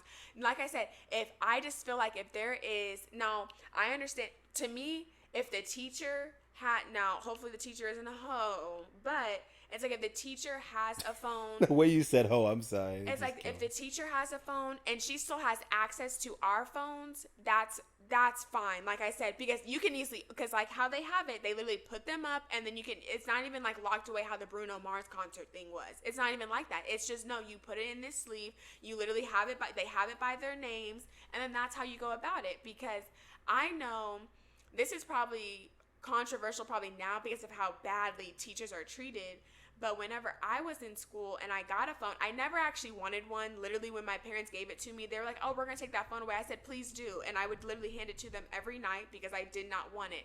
I was like, because I didn't like texting on it. I was like, I'll see them tomorrow. You know, that's just how I was. But anyways, yeah, I didn't give a damn about having a phone. I was more like, if you take my gaming system away from me, I'm far more pissed. But yeah, my phone, I don't care. Where's my dog? My phone was, but I had I got a phone that when you drop, I had a phone that when you drop that bitch, you were clowning me because the battery came out. So hey, I definitely didn't care too much for my phone. What I was gonna say was, whenever I was in school, so my parents were like this. They had always said, if your teacher tells you to put up your phone, as long as it's not an emergency, you need to put it away, obviously. Mm-hmm. But they're like, don't ever let them take your phone. And this is the reason why. My parents always said they did not pay for that phone. They do not owe that phone. Only thing you owe to them is to put it away, and you will do that. But never let them take it. And so that's kind of where I always came. I was just taught that very young. When I got my very first cell phone, that's what I was told. Don't ever let them take it from you. Now, obviously, things are a lot different now, right? Because it's like, we weren't ever supposed to be on our phones. So if I'm getting to that point where they're taking it, my parents are like, no. It's an addiction. So that's why for me, I would always say, and even if kids, maybe some kids are still like that, right?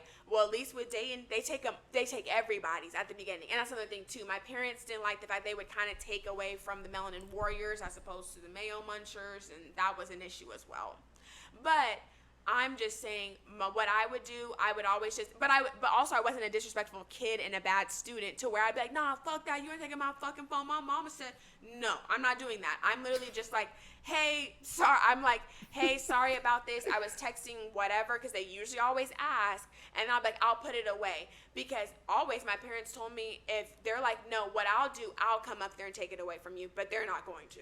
Oh, that's good. So they're like, no, put it away. And if obviously they're not going to touch me, right? They're not going to touch me or like hit me for the phone.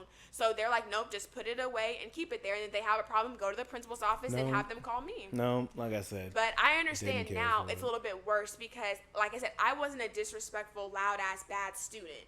Kids now are so disrespectful to where it's like, okay, no, you're not going to put it away in your bag. You can get out of my class. I ain't getting out your fucking class, bitch. Okay, see, now teacher, lose, and then the parents just as ignorant. So it's just like that's not going to work.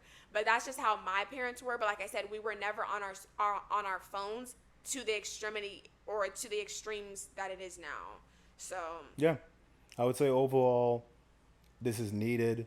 I think that for the youth, it's so important that you need to remember there's just more outside of life than what's between the bars of your phone. It's a phone. I always say this to Chris. We always say this. If the government, if whoever is running these phone companies, if they just said, okay, we're going to turn everybody's off, there'd be absolute chaos. But guess what? We'd still be alive.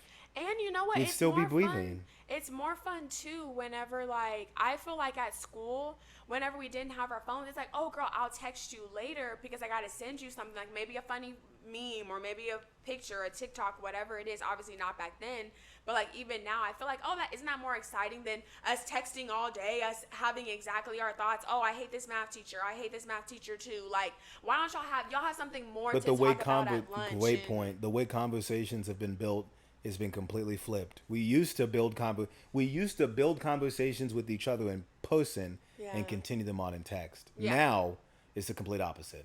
You build it in text. Trying to talk to someone random about a random subject and hoping they connect to it. Nah, you might as well try to weasel your way in to get their number just so you can text them so that you're on your phones with it. But God forbid if you're in school and you actually try to talk to someone new and you want to get to know them, you don't have to involve later on, oh, I need to get your phone number. Do you have an IG? Do you have a Twitter? Relax.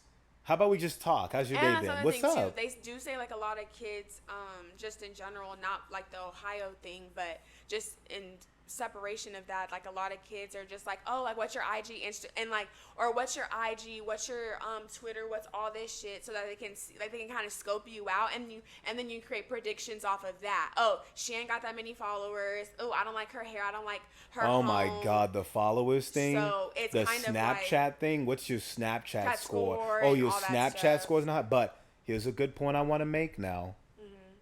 Do you feel like they're becoming more like kids are becoming more attached to their phones, not just because of how accessible they are, but it's also mixed in with kids still need to have their own privacy. Like they always feel, even we felt like that as kids. We don't have our own privacy. Okay, I'm at home and let's just say normal scenario. I'm at home, or just black kids scenario, right? Can't have that door locked. God forbid you cannot have your bedroom door locked. Mom, dad's gonna come in and start beating your ass mad at you because of that. Sorry if that sounds traumatic to you, you're not black. Sorry. Anyways, moving on.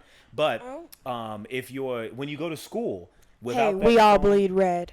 And when you go to school, you know, you really don't feel like you have your privacy because it's like, okay, if I just have my backpack and I'm going to class and I'm with my group of friends, that's pretty much it. But you can still see what I'm doing. You can still see how I'm interacting. I can't like hide. Every teenager or every kid still wants to feel a little bit of, I have something that's of my own, right? My own privacy. And when I was a kid, that was like my own writing, or that was my time playing video games. That was my own time to myself, or practicing something, or track. Sometimes it was that.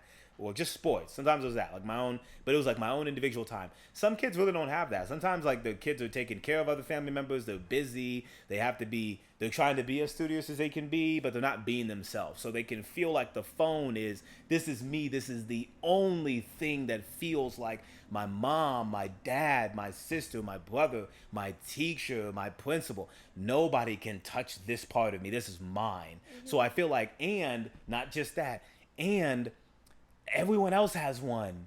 Fuck. I mean, think about it. Kids are getting bullied because they don't have a fucking Stanley Cup. Let alone if you don't have a phone. So imagine the kids who are like, I don't really care about having a phone that much. They're getting clowned because they're like, you don't have the iPhone 14 Pro Max. Where's your phone? Yours didn't get taken today. And the weak will perish. I'm telling you, kids be making fun. But that's my own. It's not a defense, but it's like we have to understand that part too. Mm-hmm. Kids really want their privacy more than ever because we say it all the time. They're going from kids to adults. Do you truly think that the kids are using it for privacy, like what you're proposing right now? Do you feel like that's what kids are genuinely using they are it for? using it to hide things, trying to be more adult. The sending stuff that could be weird, the trying to order or trying to buy vape products or trying to get lifted or high or whatever. I'm not saying every single kid that has a cell phone is doing this. I'm not saying that. But what I am saying is that when you give kids that much privacy on their phone, let alone they have a phone that has a password, so now they're the only people who can get into that. When you get older, you hide stuff. But when you're younger, you just want to have fun. Maybe you got games on it. But then again, there could be kids who are like, well, because I have this privacy, let me see what I can get away with. So it's a balancing act. Should kids have phones? Yes, kids should have phones for their own safety. Because I would feel terrible if our kid went to a school if a kid went to school and something happened and I couldn't even get in touch with them because their phone's taken, or not because their phone's taken away, but because they don't even have a phone. But I also would be pissed off if the principal or the teacher gave us an email or told us they're always on their phone. They're not paying attention to anything.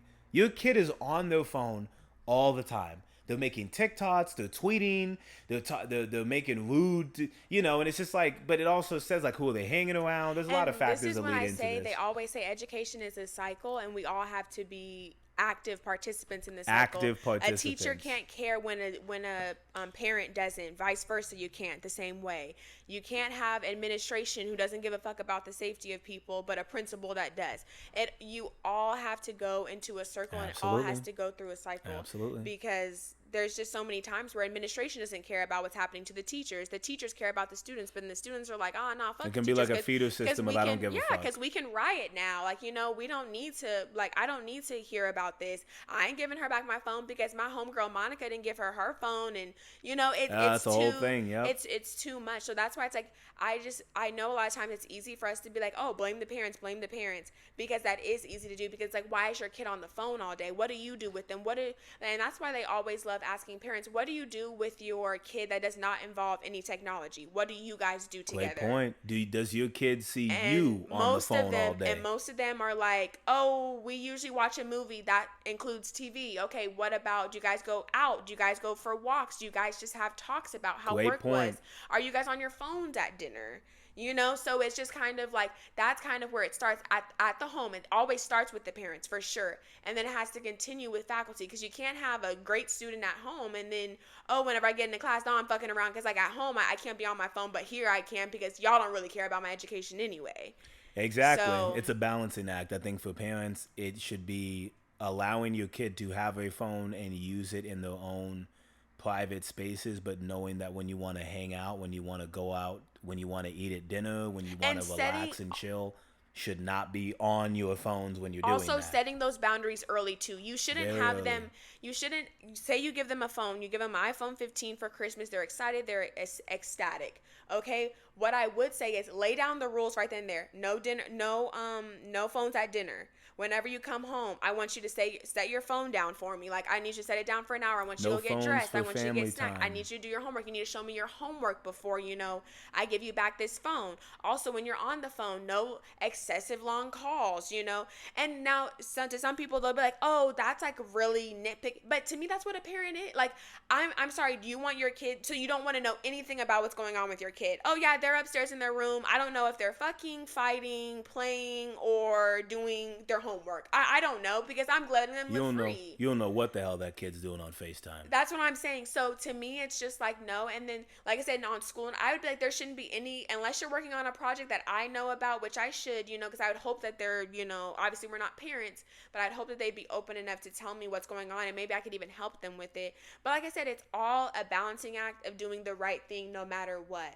Administration, you have to care about the students and the faculty. Faculty, you have to care about the students and why you're truly there. Also, literally, the students, you have to want to go there and actually be seen and heard. You cannot have a bad parent literally talking about, you can't have a bad parent talking about, oh, fix my son, or do this or do that, or, oh, you need to figure this out. No, it's like, no, like I said, parents, you really have to, like I said, I just feel like a lot of parents now, due to social media, are very scared of disciplinary actions toward their children, rightfully so, because, okay, if you beat them, they're going to call the cops. Now I might have a CPS charge on me or something, or CPS will be called, and then now I look like a bad parent. Then you also can't have, too many restrictions on them, because then it's like, okay, am I even letting them grow? You're going to start questioning yourself. Am I even a good parent? Then, it's always ongoing, and I know it only gets probably worse as your kid grows. But I would just say everything, it works in a system. It has to be in a well-balanced ecosystem, or clearly it's not going to work out. Yep. So that's all I got for that. Yeah, put them phones away. Put the phones away. Put your phones away. Hey. And all right, we're going to end off this Can We Talk with a topic that has been going around for a moment now. We're pretty late on this, but that's okay. If you've tuned into any of the God of War streams or any of the other video game streams I've done, I've given you my updates throughout. But let's finally give you a quick recap and our thoughts on the beef On the beef, if you've been under a rock for the last month, What the last 2 beef? months, the beef between two of the big three, as we call them, or as society has called them, of rappers. So we're gonna give you a Who quick has time called on them it. the big three? The big three, Besides Drake and J. Cole. beside the big three, but hey, F the big three. It's just Big Me. Let's get to it. We'll get into it with Kendrick and Drake. This started off one way and it went left field real quick. So first, obviously, we both listen to Drake. We both have tracks from Kendrick and from Cole that we both like as well. I'm a bigger J. Cole fan. I'm a bigger Kendrick fan. I'm a bigger fan when it comes to these types of raps and music. Chris just likes the music as it is, so kind of dragged you along. So with this, whose but that's side fine. are you on? When it comes to side, just to pick it from the beginning, I've always been a fan of Kendrick Lamar over Drake. But I was very, very happy. So I still can't forget like the first time I ever heard First Person Shooter, because I was literally going to talk to like middle schoolers about life or whatnot. I was doing some guest speaker thing, but I heard like First Person Shooter, and I remember hearing it. And that was the first time Cole had said the big three. That's the first time we had heard them say the big three. Obviously, the rappers Drake, Kendrick, and Cole. We'd heard them say that, but he said, "Hey, I feel like Muhammad Ali." So he pretty much told these guys, "I'm the best. Like, there's three of us, but I feel like I'm the best," which I always like. Rapping's always competition. Cool. Always say that. Then out of nowhere, that was a while ago. By the way, that was a while ago. That track came out a minute ago. I don't know how long First Person Shooter came out. You can look up how long it came out. I don't know. It's been a minute, but it's been a while. But months later, it wasn't until late March. I think it was Future and Metro Boomin. They had a track called Like That, and Kendrick Lamar was on that track out of nowhere. And he had made music since Mr. Morale and the Big Steppers, and we liked some songs off that album. He just pretty much said, like I said, fuck the big three. It's just Big Me. Then he came after Drake. He pretty much said like, It just says 2023. yeah, it pretty much, yeah, I'll have to get the date of it. But pretty much he had said, it's just me. I don't know what y'all think this is. It's me. I'm the best rapper, and that's great. And thus, the beef began.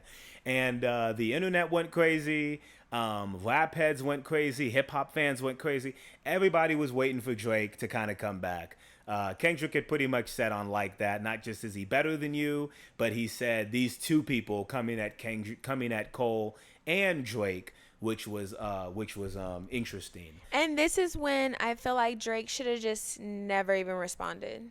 And I get into this, me, interesting. Yeah, yeah, he should have I never just feel like responded right after then Like and That. there, Drake, you don't need to respond. Yeah, it was You a just warning don't. that Kendrick could put To out. me, it's like you could have just left it. But Drake, He's got to get messy. He loves being sassy. But before we get to one light skin, we gotta address the elephant in the room of Jermaine Cole backing out of this whole thing. Interesting. He got some shots in I'm here. not surprised. And then he made a diss track called 7 Minute Drill, and he pretty much said, "Hey, he pretty much told Kendrick, your last work, Mr. Morale, that shit was ass." And he said To Pimp a Butterfly of all albums was bad. The one that's got All Right on it, the song you like, as well as one of the most iconic hip hop albums ever. Funny, he said stuff was sleepy. He said he makes sleepy music. It was very funny. But it was interesting because up until this point, it's all competitive. All what they're saying is, "Hey, I'm the best. You're not as good. No, I'm the best. You're not as good." That's all they're saying. Then out of nowhere, I don't know what happened. Maybe the ghost of Kendrick Lamar came out. Maybe Cole's wife told him. Maybe RDC hit him up. I don't know what the hell happened. But Cole got up on stage at Dreamville Fest, and what did he do? He pretty much said, "Yeah, sorry about that. That was lame. Not going to do that again. That was out of my character, and I'm not going to do this diss track stuff. Y'all have it. If you want to diss me, cool, but I'm out. Peace." Now I got to ask you, what are your thoughts on that? Of him coming out and just being like, "I'm not going to do this," even though he put out the track.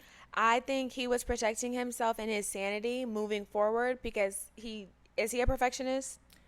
No. In his last one, he did say he's trying not to be perfect. Yeah. Okay. So what I would say is I don't find it, oh, he's scary, he coochie, whatever people want to call him. You think he's a pussy for it? Because a lot of people call him a pussy for it. I already said coochie. So I just think, to me, it's never really worth it. I know J. Cole is old enough to know none of this shit's worth it. I have my wife. I have my kids. I'm making millions doing something I never thought I would ever be able to even probably get up here and do. I'm selling out shows. I'm selling out arenas. I don't have time for this. Like, and then plus it's also like I have love for these men, so it's like I don't want anything bad to happen to them. And to me, that takes real courage to do. There they go. Because you could easily, because it's easy to fight and yell at people. It is. Yes. It's easy. It's easy to be upset. It's easy to go toward the negative. It's easy. That's really how we're made. Now, here's my question for you. Now, in the terms of, now that's you viewing it, and I do view it the same way. I do view it at the end of the day. If you have nothing dirty or ugly you really have to say against another person in the track, why would you say it anyways? So I feel like that track that he made, it did sound like you don't believe this stuff. That, you know, one's better. I mean, he does believe, like, I have love for Kendrick, but I don't think he believes, like, yeah, your last music was trash and To Pimp a Butterfly was ass. Because he said it. He said, I don't even believe that shit that I said. I thought that was funny. But as a competitor in this space, now that because you've seen it now. You've seen how these men act who are in their 30s, mind you. They are in their 30s and up. You see how they act when they want to be the best. Do you feel like if he wanted to prove he was the best, if he wanted to prove, don't mess with me, I'm still the best rapper out here, how do you think he should have gone about it? He was still going to release that album that I told you about, the Might Delete Later that you listened to, but he just threw the 7-minute drill on there. So do you think he should have just released the album but without the diss track and not addressed it at all? Or how do you think he should have done it? Because there's still shots taken at him, but it's just like... Honestly, my answer is going to be lackluster. It's however he wants to as a grown man. And that's fine. If he wanted to drop it, obviously he felt he wanted to drop it with his album. So that's what he decided to do. A little bit of peer pressure from the buddies probably saying, hey, you got to make something. But you're too old to be, nope. And that's true. You're too old. That's true. True. After 18, no more peer pressure. I was peer pressured. But he's not old enough to, well, he's not, but he is old enough to take accountability. Yeah. Of, hey, I fucked up on that. Like I said, so to me, it can't ever be like me going like, oh, he should have done this. Because to me, it's like, no, that's your homie. That's your friend. That's the one you're dissing. I don't know anything about any of them. So, and then plus also it is like very childlike anyway. Like, so, cause it's like, I'm a grown man, you're a grown man, what am your I wife, say about we both him? cheated on our girl. Like what are we really over here talking about? Exactly. So I just feel like it's one of those things where if you really didn't have anything to say, you didn't have anything to say. But anyway, that happened. And of course, you just said Drake shouldn't have responded, but he did. And he responded with push-ups. And this was the lighthearted jab of him saying, Kendrick, you're short. I'm going to mention Whitney once. I'm going to say that you're not in the big three. SZA's better than you. Travis is better than you. And 21 Savage is better than you. Are any of those, do you believe any of those facts? Do you think SZA or Travis Scott or 21 Savage, in your opinion, are better than Kendrick Lamar? Well, SZA and him can't really be compared, but I do know at the end of the day, if it came down to a SZA or a Kendrick Lamar concert, I'm going to SZA. There you go. Hey, everybody's got their own opinions with it. But everyone's different. I'm not going to say, different. like Kendrick is so horrible, I would never go see him. I would go see, like, to me, it's like, once again, people have to stop doing this too. Stop comparing everybody both, I really don't have everything. A preference. They're both phenomenal artists, but it was just like jabs. But he did make a mistake mentioning Whitney, Kendrick's wife. So that is what happened. Then Drake went back to back, dropped Tailor-Made Freestyle, used an AI Tupac and AI Snoop Dogg to talk shit towards Kendrick, telling him you should say this about him. You should say how he likes little girls. We'll get to that later. You should say how he's, pretty much like a shitty person. Pretty much he's using them to give him advice or take away ammo that Kendrick could use towards him. But and pushing him to drop. And he did. So, like I said, he dropped Euphoria. 6.5 minutes of it wasn't 6.5 minutes of Kendrick pretty much just telling exactly how he feels about Drake. Finally, he told him. He said that, hey, it's Euphoria. Ironically, that's the same title as the show that Drake produces, which Euphoria is the show Zendaya's in, where it is teenagers having sex.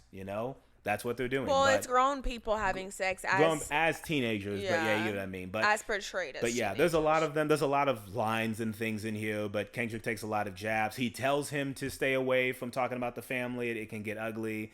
He also makes a reference to not just Joel Osteen, like from the church, but also Joel Hale Osteen with AI and the Sixth Sense. There's a lot of wordplay in here. It's still a fine track, but he pretty much is just telling him, don't mess with me, like don't mess with me. But he does say I'm the biggest hater, and I think this is where the beef kind of took a little bit of a turn, because it was like, oh, he doesn't like him as a person, like he hates him, like I hate the way you dress, I hate the way you talk, I hate the way you all this stuff. But one of the funniest parts of the beef is the fact that Kendrick says, when I see you standing by Sexy Red, I believe you see two bad bitches. I don't think you like women. I believe you compete to pop ass with them. Chris, I gotta know your thoughts on this, because I'm gonna just spoil it for you now. Chris was already saying this stuff about Drake before the fucking diss. So the fact that this was said in a diss was funny. But is it funny or how do you feel that someone's saying this, like another rapper is saying this about Drake? Like, yeah, because you already told me how you felt about the Sexy Red. You said when he's next to Sexy Red. I've never met any of these people personally. Well, I know that, but I just want to know your thoughts. Let me speak. I don't know any of these people personally. I just find it very funny that two men want to go after each other. Aren't we supposed to have wives and kids? Well, Drake, he has all the time in the world. I was about to say, that nigga got no wife. Yeah, so he's alone. He don't have nobody. So I can see him really amping this shit the fuck up, because what else does he have better to do? I feel like all the disses are pretty much corny.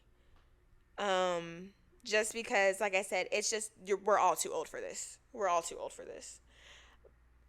Whenever he said all that, I mean, girls have been known Drake was fruity. Drake is zesty as hell. As hell. And we've been known that. How come every woman in the industry, every time they are asked, would you date Drake, they immediately say no. No hesitation, no breath in between. They say no. There's a reason for that. Drake has never kept a woman happy. There's a reason for that. Not saying that they're all horrible reasons, but none of that is to my surprise. Drake, I don't know if he doesn't like black women, but all I know is Drake likes his little type, and he's going to stick it out. So maybe a Will Smith come out.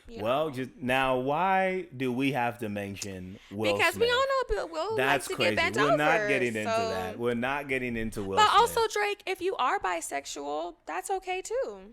Well, like I said, we don't know, but I thought it was very, very fun. Thank you for your thoughts. I do apologize. I didn't want to feel like I was overstepping you. I wasn't really wanting to know your thoughts on all the tracks, because I know you think this shit's lame as fuck, and it is lame as fuck, because it is 30-year-old men writing poetry about each other. It just happens to be entertaining, because I don't mind seeing Drake get clowned on, because it's, like I said, when he started hanging around Sexy Red and that stuff, we were talking about this. We were saying, like, it's kind of weird how he's acting. So the fact that another grown man who most people would agree is a better rapper than you, because he's actually a rapper. He's not an actor trying to be a rapper. That's another thing. This is also Jimmy Brooks being played by Aubrey Graham as, Jimmy Brooks being Drake. We all know that. But I thought it was funny that Kendrick ended up saying, I believe you pop ass with them. And you don't really like women. Like, you're not, like, you think you're competing with men, but you're really competing with women. I just think that's funny. I think that the fact that he called him like he's a washed up actor, the actor we fell in love with, and we both agree with this too. Drake is a character being played by Aubrey Graham, and we both know this. And for the Drake, what do we call him? Drake stands, Drake sexual, whatever you want to call yourself. Look, it's okay that you support somebody who is pretending to be someone else. A lot of people do. But you have to understand, Drake is not a nigga rapper. I'm sorry, he's not. He's not a rapper for the culture. So I feel like that's what ended up happening. But anyways, after that was made, Kendrick said, "F this, I'm gonna drop again," and he ends up dropping 616 in LA, and which is a play on what Drake does, a timestamp thing. So you can already tell they're playing with each other's pause. They're playing with each other's titles of their songs. But anyways, it's interesting because, it's just like a warning track again of don't mess with my family. And then Kendrick ends up telling them, did you ever think OVO worked for me? Did you ever think somebody that works for you is actually on my side? Which I always think happens in these beefs. Someone snitches, someone says something about the artist that shouldn't be said, and then it happens. This is really it's just interesting. When this happened, I don't know how the fuck to react. So then Drake releases Family Matters, and he ends up crushing the Good Kid, Mad City van. He accuses Kendrick of being a wife beater, of beating Whitney. We accuse that they haven't been married since 2015, and he accuses that one of Kendrick's kids is actually his managers. It's terrible. Like I said, it's really, really bad. Dissing has gone from I don't like you and I'm better than you as an artist to I'm just gonna say these lies, or I'm just gonna gossip. And it's become gossiping, which for the act of watching other people react is fine. It's entertaining to watch other people react to it. But me in particular, when I'm listening to this stuff, I'm just like, first of all, I don't know if any of this stuff is real, and I don't know if any of this stuff holds merit. But it is what it is. But it does sound like a lot of lying. And like I said, it's not just Kendrick attacking Drake. Future's attacking him. Metro Boomin's attacking him over women. It's A$AP Rocky, let's just go right home to your wife and call it a day. A$AP Rocky, A$AP, you shouldn't be in this. You're married to Rihanna. Please enjoy your life. Do what you need to do. Chill. You don't need to be talking to the man that they're not married. What is it? Or not married? Sorry, not married. You have a kid with Rihanna. You have two. What is it? Have 2 kids now? They have 2 kids. You have 2 beautiful children with Rihanna. And yes, Drake and Rihanna did sleep together. They were dating. It's over. Let it go. When you beef with him, all that says is you're still thinking about like her laying down with another man. But if you say nothing and he just talks about you, that says more about Drake. But anyways, we're not here to defend anybody. But anyways, which we've already known because ladies, we all know Drake loves to bring up his past women in his albums or in songs. Dare say that's all he can talk about. Yeah. Because what happened after Family Matters, I will never forget. I've never seen this happen before. Like, right after Family Matters dropped, like 20 minutes later, Kendrick dropped Meet the Grams. Chris, I don't even think you've listened to this one. This is definitely the darkest one of all of them. This is the crazy. I've never heard anything like this in my life. No, I've heard all of them. Yeah, but it does play into the thing you said. I don't think he likes black women. Well, Kendrick said the same thing. He doesn't like black women. He thinks it's a nympho fetish, all this stuff. He warns LeBron and Curry not to keep your kids away from him. It's dark. He talks to his dad, telling his dad, you raised a horrible fucking child. He tells his mom, you messed up. He tells his son, I can teach you better than your own dad and play this when you're 18. He alludes to a daughter. We don't know if Drake has a daughter. Neither do we give a shit. Doesn't really matter. Because at the end of the day, we didn't even know about Adonis, and now we do. So, but the craziest thing was he accuses him. Yeah, he accused him of being a pedophile, which I think is very, very crazy. A pedo, a PDF file, whatever you want to call it. That's what he accuses him of being in this track. It's dark. I do not suggest people listen to this track for fun. It's not something you go back to and listen to because it's fun. It's hateful. And also he says, like, I think women would be better off if you died, which I think is absolutely insane to say into a track. But he ended up saying it. There's no real thoughts on it. It's just he hates him. These people hate each other. Like, it's not this is when it went from, oh, they're dissing to, no, I don't think he gives it. He's in his studio, like, saying that he hates him. But then if you thought he was done, nigga, he's not. Kendrick said, F it, I'm gonna go back to back on you. And he makes what, in my opinion, is probably the anthem of the summer. He makes Not Like Us, which I think is crazy. If you would have told me at the beginning of this year that we would have a diss track that's an anthem bop that's making fun of how Drake does PDF file behavior. We're not here to say anything is anybody. Everything's alleged. It's just diss tracks. But I do think it is very hilarious to say, say Drake, I hear you like I'm young. You better not ever go to Cell Block 1. And Baca's got a weird case. Why is he around? Certified lover boy, certified pedo. I think that is hilarious. I think that's absolutely hilarious. I never would have imagined somebody would make a track like this. Do I personally believe he is a PDF? Nigga, I don't know. All I know is he was talking to Millie Bobby Brown when she was 14. Is this fact or is this fiction? Yeah, he was giving her dating advice. Yeah, he did have her on a boat when she was a kid. That's another thing. And he has talked to young women, and he did kiss a 17-year-old on stage. We do that. Hey, there's There's evidence. I'm just gonna say it. That is what it is. You know, Kendrick warns you that if you're a woman and you like playing his music, keep your little sister away from him. You know, I think it's interesting. It's definitely an interesting track. This, in my opinion, is if he won the beef with Meet the Grams. This is he's dancing on his grave. Like, there's nothing much you can really do about this. I think if you're called someone who likes little kids, if someone makes a track about that for you and nobody on your side is coming out to defend you, nobody's coming out to say, hey, this isn't true. Because it's not like did you see anybody come out and say, no, he's not one? There were. There were? Oh, okay. Yeah, there were. Well, but not, I mean, was there a lot? No. I meant like, besides Nicki Minaj, like I didn't personally see anyone. Yeah, I saw a few. Okay, I didn't see, yeah. And it's not, it was all men, so. Yeah, like I said, but it is interesting. It's a damn good track. Not Like Us is a damn good track. I just think it's so funny, like, for anybody who just knows these artists and they had no idea they had beef and you just saw these tracks come out, I think it's very funny. Anyway, Drake makes the Heart Part 6, gives what in my opinion is the worst response you can ever give to being accused of something. Yeah. He said, I'm too famous. He pretty much said, if I was what you were calling me, I would have been caught by now. Yeah.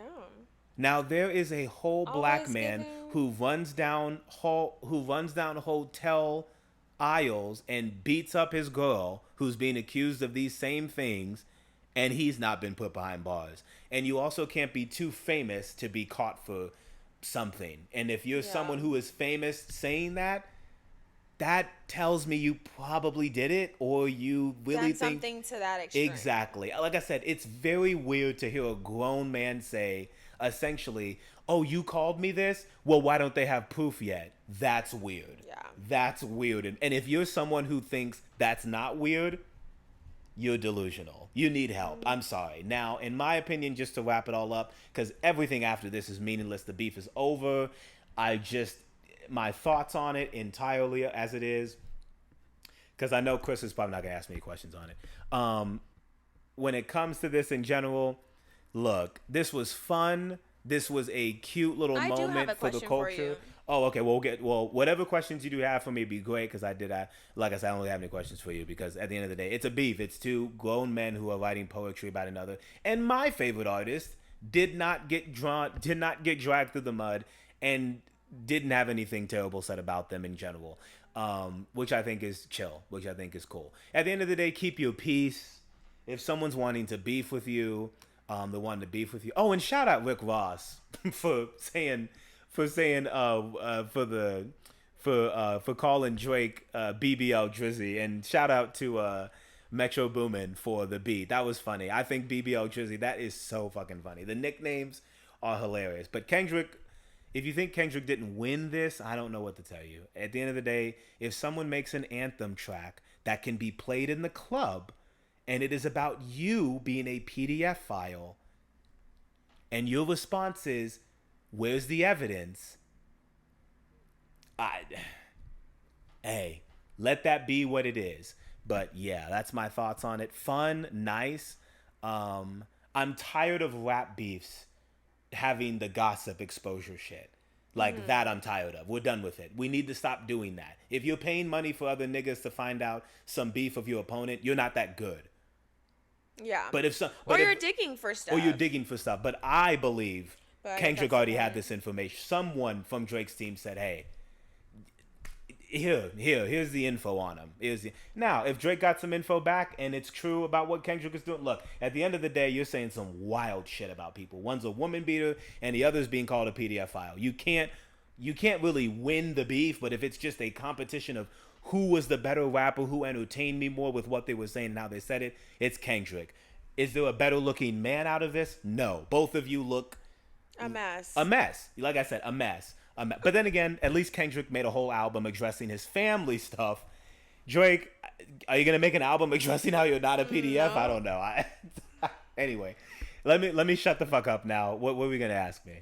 My only question is, how do you think this affects our quote unquote culture moving forward? Like, do you think this is like a staple now? Do you feel like from here on out they're gonna be known as what they were called in these songs? Do you feel like this is just gonna die over in a year? Ooh, it's tough. Or do you feel like this ultimately is just all lies and they're just promoting each other and they're gonna come out in a few months and just... A part of me, that last one, I believed a part of that after the push-ups thing. After he was like, Top told you give me some push-ups, huh? Like when it's just like this, you know, like they're just making stupid sounds and they're being fun. When I heard Meet the Grams, I knew this shit was, I said, why the fuck would this be a joke now?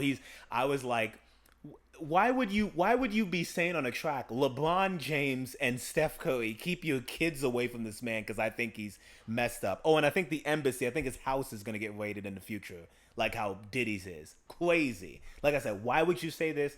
I don't know. I think for the culture, this is going to sound weird for me to say. I think this is extremely helpful for the culture to call out bullshit when we see it. Like at the end of the day, this is not just God. You're gonna fucking say I'm doing tricks on it and shit, and you're gonna say that I'm dick riding or whatever you want to say. Guys, this is Kendrick Lamar. This is not some rapper who just woke up out of bed and makes just normal tracks. Like I think it says something when a guy who makes music that's supposed to be for the culture, or he's trying to make music to appease to people, black people. I think it means something when he doesn't release music for like 3, 4, 5 years at a time, and he just happens to make tracks addressing someone. And he did say it in Euphoria. He said, I'm what the culture's feeling. I think that when he said that, and the fact that don't forget what he said about the Atlanta stuff when he was getting on Drake. He said you run to Atlanta when you need a check balance. I'm trying to tell people in the culture. It's true. Because the future... Exactly. That's what I'm saying. I'm like, but is it wrong, though? Do you look at Drake and think, that's a black man who makes black music for the culture? I've never looked at him as a black man. And never looked at it. Now, does that mean I hate Drake's music? No. I think he makes some good...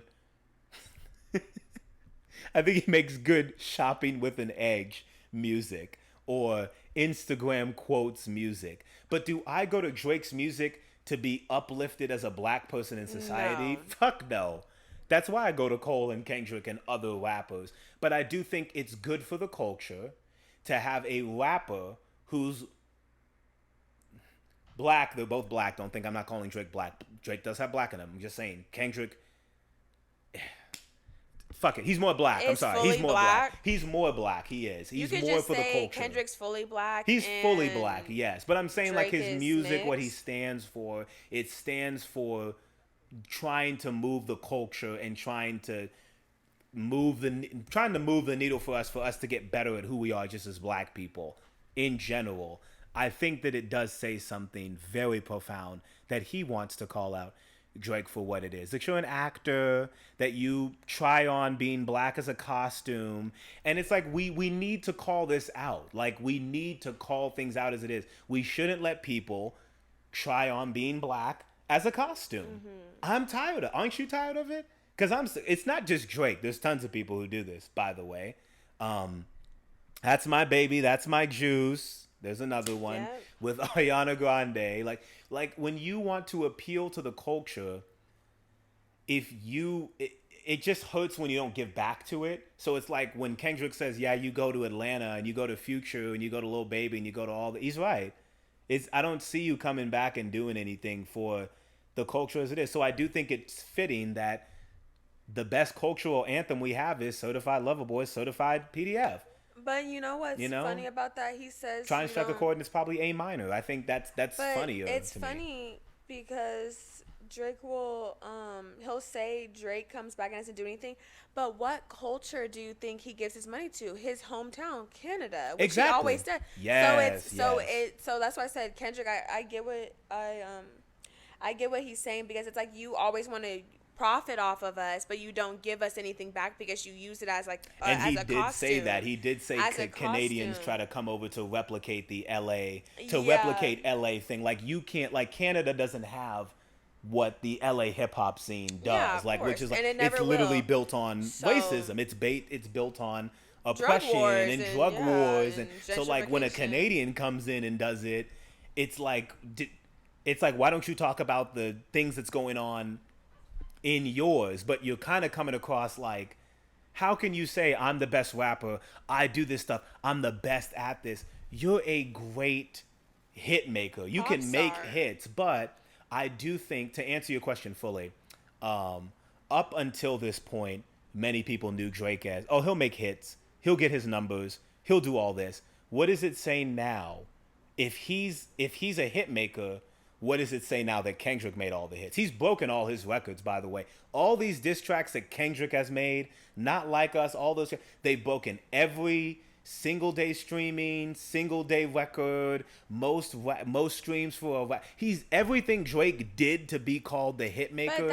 Kendrick already did it, but he did it with a track where he's making fun of the fact that this you're is like why. this. But this is why I say all of it, no matter what beef or what side you're on, it always profits both of them. Because if you're saying he's not a rapper, he's not for a culture, why are you going so hard after someone who's really not even worth it? So, but that's also because you clearly have already told us that you hated him. So he lives in your mind that much to where you're trying to do all this. So that's something also a detriment to Kendrick. But I do like that. And Kendrick's my Gemini brother, but I do. You know, hey, you're one step ahead of me. I was just about to say that he is a Gemini. So. But yeah, so it's like, so like I said, someone's, you know, Drake's really living in that mind, you know, with regardless of Whitney or not. He's living in that mind, you know, and maybe it is because he's such a horrible human being to you, but also stop giving him these accolades. Stop giving him. That's why I've always said this. The best attention you can give to someone craving it is none.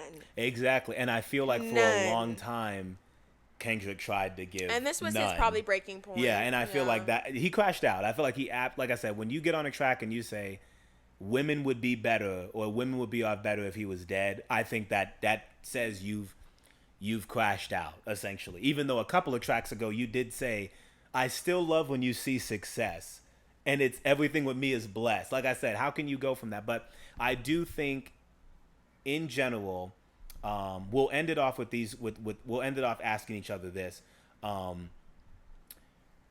do you feel about? Well, actually, I'll just say. Well, it's very quick and easy. Kendrick, Cole, and Drake. After this, any changes, any differences, any think differently, or is it just like they just make music? I'll listen to it when it comes out, or whatever. Anything that changed or opinionated because of this, because of everything that's happened. My opinion extremely changed for Kendrick when I found out he was trying to have, you know, R. Kelly's music bumping. Oh, you mean that? Oh, yeah. So, he was going to remove his music or he threatened to remove his music when R. Kelly was. Yeah. So the only thing about that is that man's a convicted pedophile. So I don't know why you hate one so much, because I guess because he's trying to portray something he's not. R. Kelly does have hits. We clearly, like, black people know that. But I'm just saying, it's just ass backwards. I can't support someone who I admire, but hate someone who I feel is beneath me. That doesn't make any sense. It's true. Because that's very hypocritical. Trying to separate the art from the artist. J. Cole, you're still neutral. I really don't care. And Drake, you're still a girl, so I don't care. So it's just like, for both of y'all are literally the exact same. You might pop ass with him. And at the end of the day, it's like, we already knew you was. I always tell him, you love Millie. We love Millie. Don't get shit twisted. What is it? The braids? We love Millie too. But what I will say is, but like I said, Kendrick, like I said, I just find that very awkward, weird. Like I said, you're a grown ass man. You have your reasons for, wanting to support R. Kelly. Like I said, Kendrick's not from Chicago, so maybe. He's from Compton. He's from California. Yeah. So that's why I'm just like, okay, like that's weird. So you'll support one when, you feel like they are worthy of it, but you won't support the other. Regardless, you shouldn't support either man. If you truly know, to your core, hey, this man's a pedophile, I hate him, and like you've said, I feel like, why do you not give that? They're both, well, one of them is a fully black man, one of them is, a mixed one. So I'm just kind of like I said, I just don't see where you can, because I understand maybe you're taking that approach because of the fact you're just like, that's not fair because there's so many, then call them out as well along with Drake. To me, it's true. To me, because like I said, it's just very that's the only thing that made me look at you different. Because it's like, oh, so you'll support that one, but not this one. Drake did mention that on the last track as well. He mentioned that on the Hard Part 6. That same thing, like you're gonna be hypocritical and say this of me, but you're not gonna address how you want to take your music down when R. Kelly's music was trying to be taken down. But if you want to make if Kendrick's argument is, oh, you know, it's, I don't want to separate the artist from the artistry. Look, I don't agree with Kendrick's stance on that. I don't know why you would speak. You don't, like I said, it's because you choose when you want to speak out. Like, it's not like you talk all the time. Drake talks all the time, nigga. You say bullshit at the time. Like, you'll put out an Instagram post, you'll say this. So it's like when Drake does something stupid, or when Drake does something we don't agree with, it's like, okay. And we don't look at you like Drake. We never have to. I'm sorry if you're black and you've taken Drake seriously for the culture. You really have to wake the read fuck some up. history books. If you think actually, he's the don't culture, read history books. Read our books. Oh my god! If you think he's the culture, oh my god! But anyway, with the Kendrick thing, I will say that. With my quick thoughts on them, quickly with Kendrick, I'll just say this. Yeah, you definitely can make music. You definitely be chilling and not doing much. My biggest takeaway is definitely what you said. What he said in Euphoria, which was like, you know, oh, you think I got my money in the streets trying to figure out stuff? What you think my life is? My life is rap. Like I said, after Mr. Brown, the Big Steppers, Kendrick, I always thought he's gonna take a break. He's done. He doesn't need to make any music for a long time, if not ever. He can try different things. I know he's got like a South Park movie coming out or something or what. He's got other things he wants to do. I'm like, try other things. If you want to make another album, great. But I will say this, Kendrick, you proved you are a crazy ass motherfucker. Like you crazy. You crazy for real. How you were, you're very entertaining. Like, very entertaining. You have a lot of great ad-libs and things. All. Yeah, and you did what you said many years ago, smoking on your top fives. You definitely did. You definitely proved you are one of the best rappers we've ever had. Very grateful to hear your music and whatnot. But I don't agree with everything you are. I don't think you're shaking your music down with R. Kelly stuff. I don't agree with that. But I do think, hey, you have your life. You have Whitney, you have your kids, you're chilling. We know the kid of yours is a day freeze.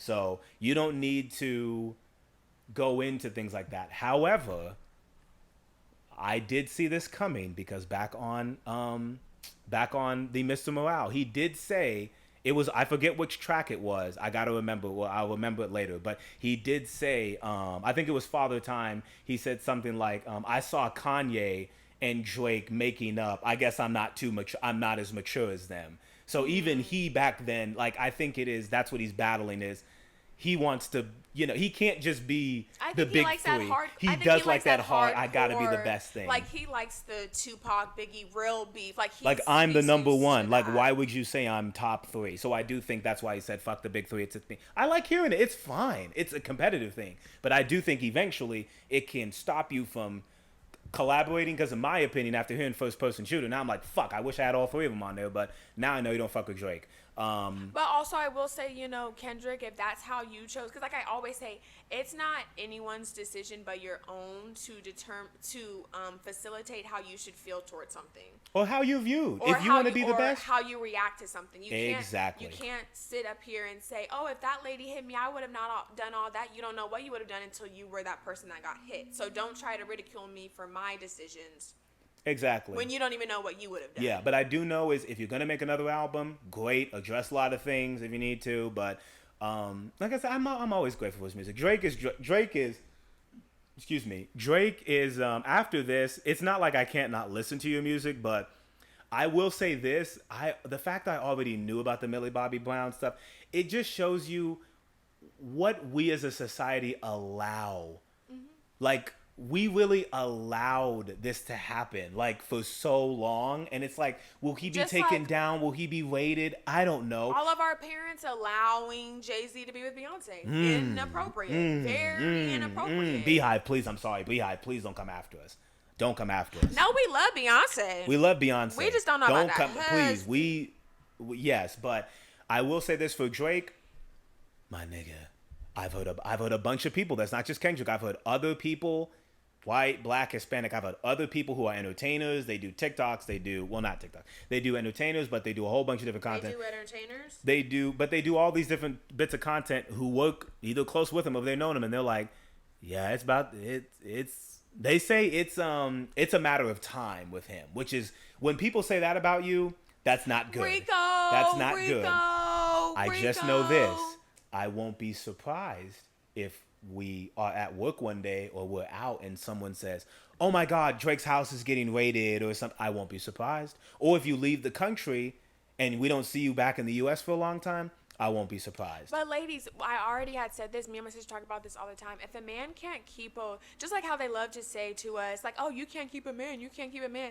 A man that cannot keep a woman is just, I feel like it's a lot worse because, anyways, I'm not going to get into a whole topic on that, but I'm just saying, women, he's never been able to keep a woman. He'll just have one extravagant date with her, and that's it. And you're 40. Okay? And you're 40. So, that's all I'm going to say. The most I've ever seen him in love was how I was looking at that girl in his practice video. Okay. That's it. Now, I'm not going to And that was a long time ago. He was still on Degrassi. I'm not going to say how someone should live their life. You only have one life.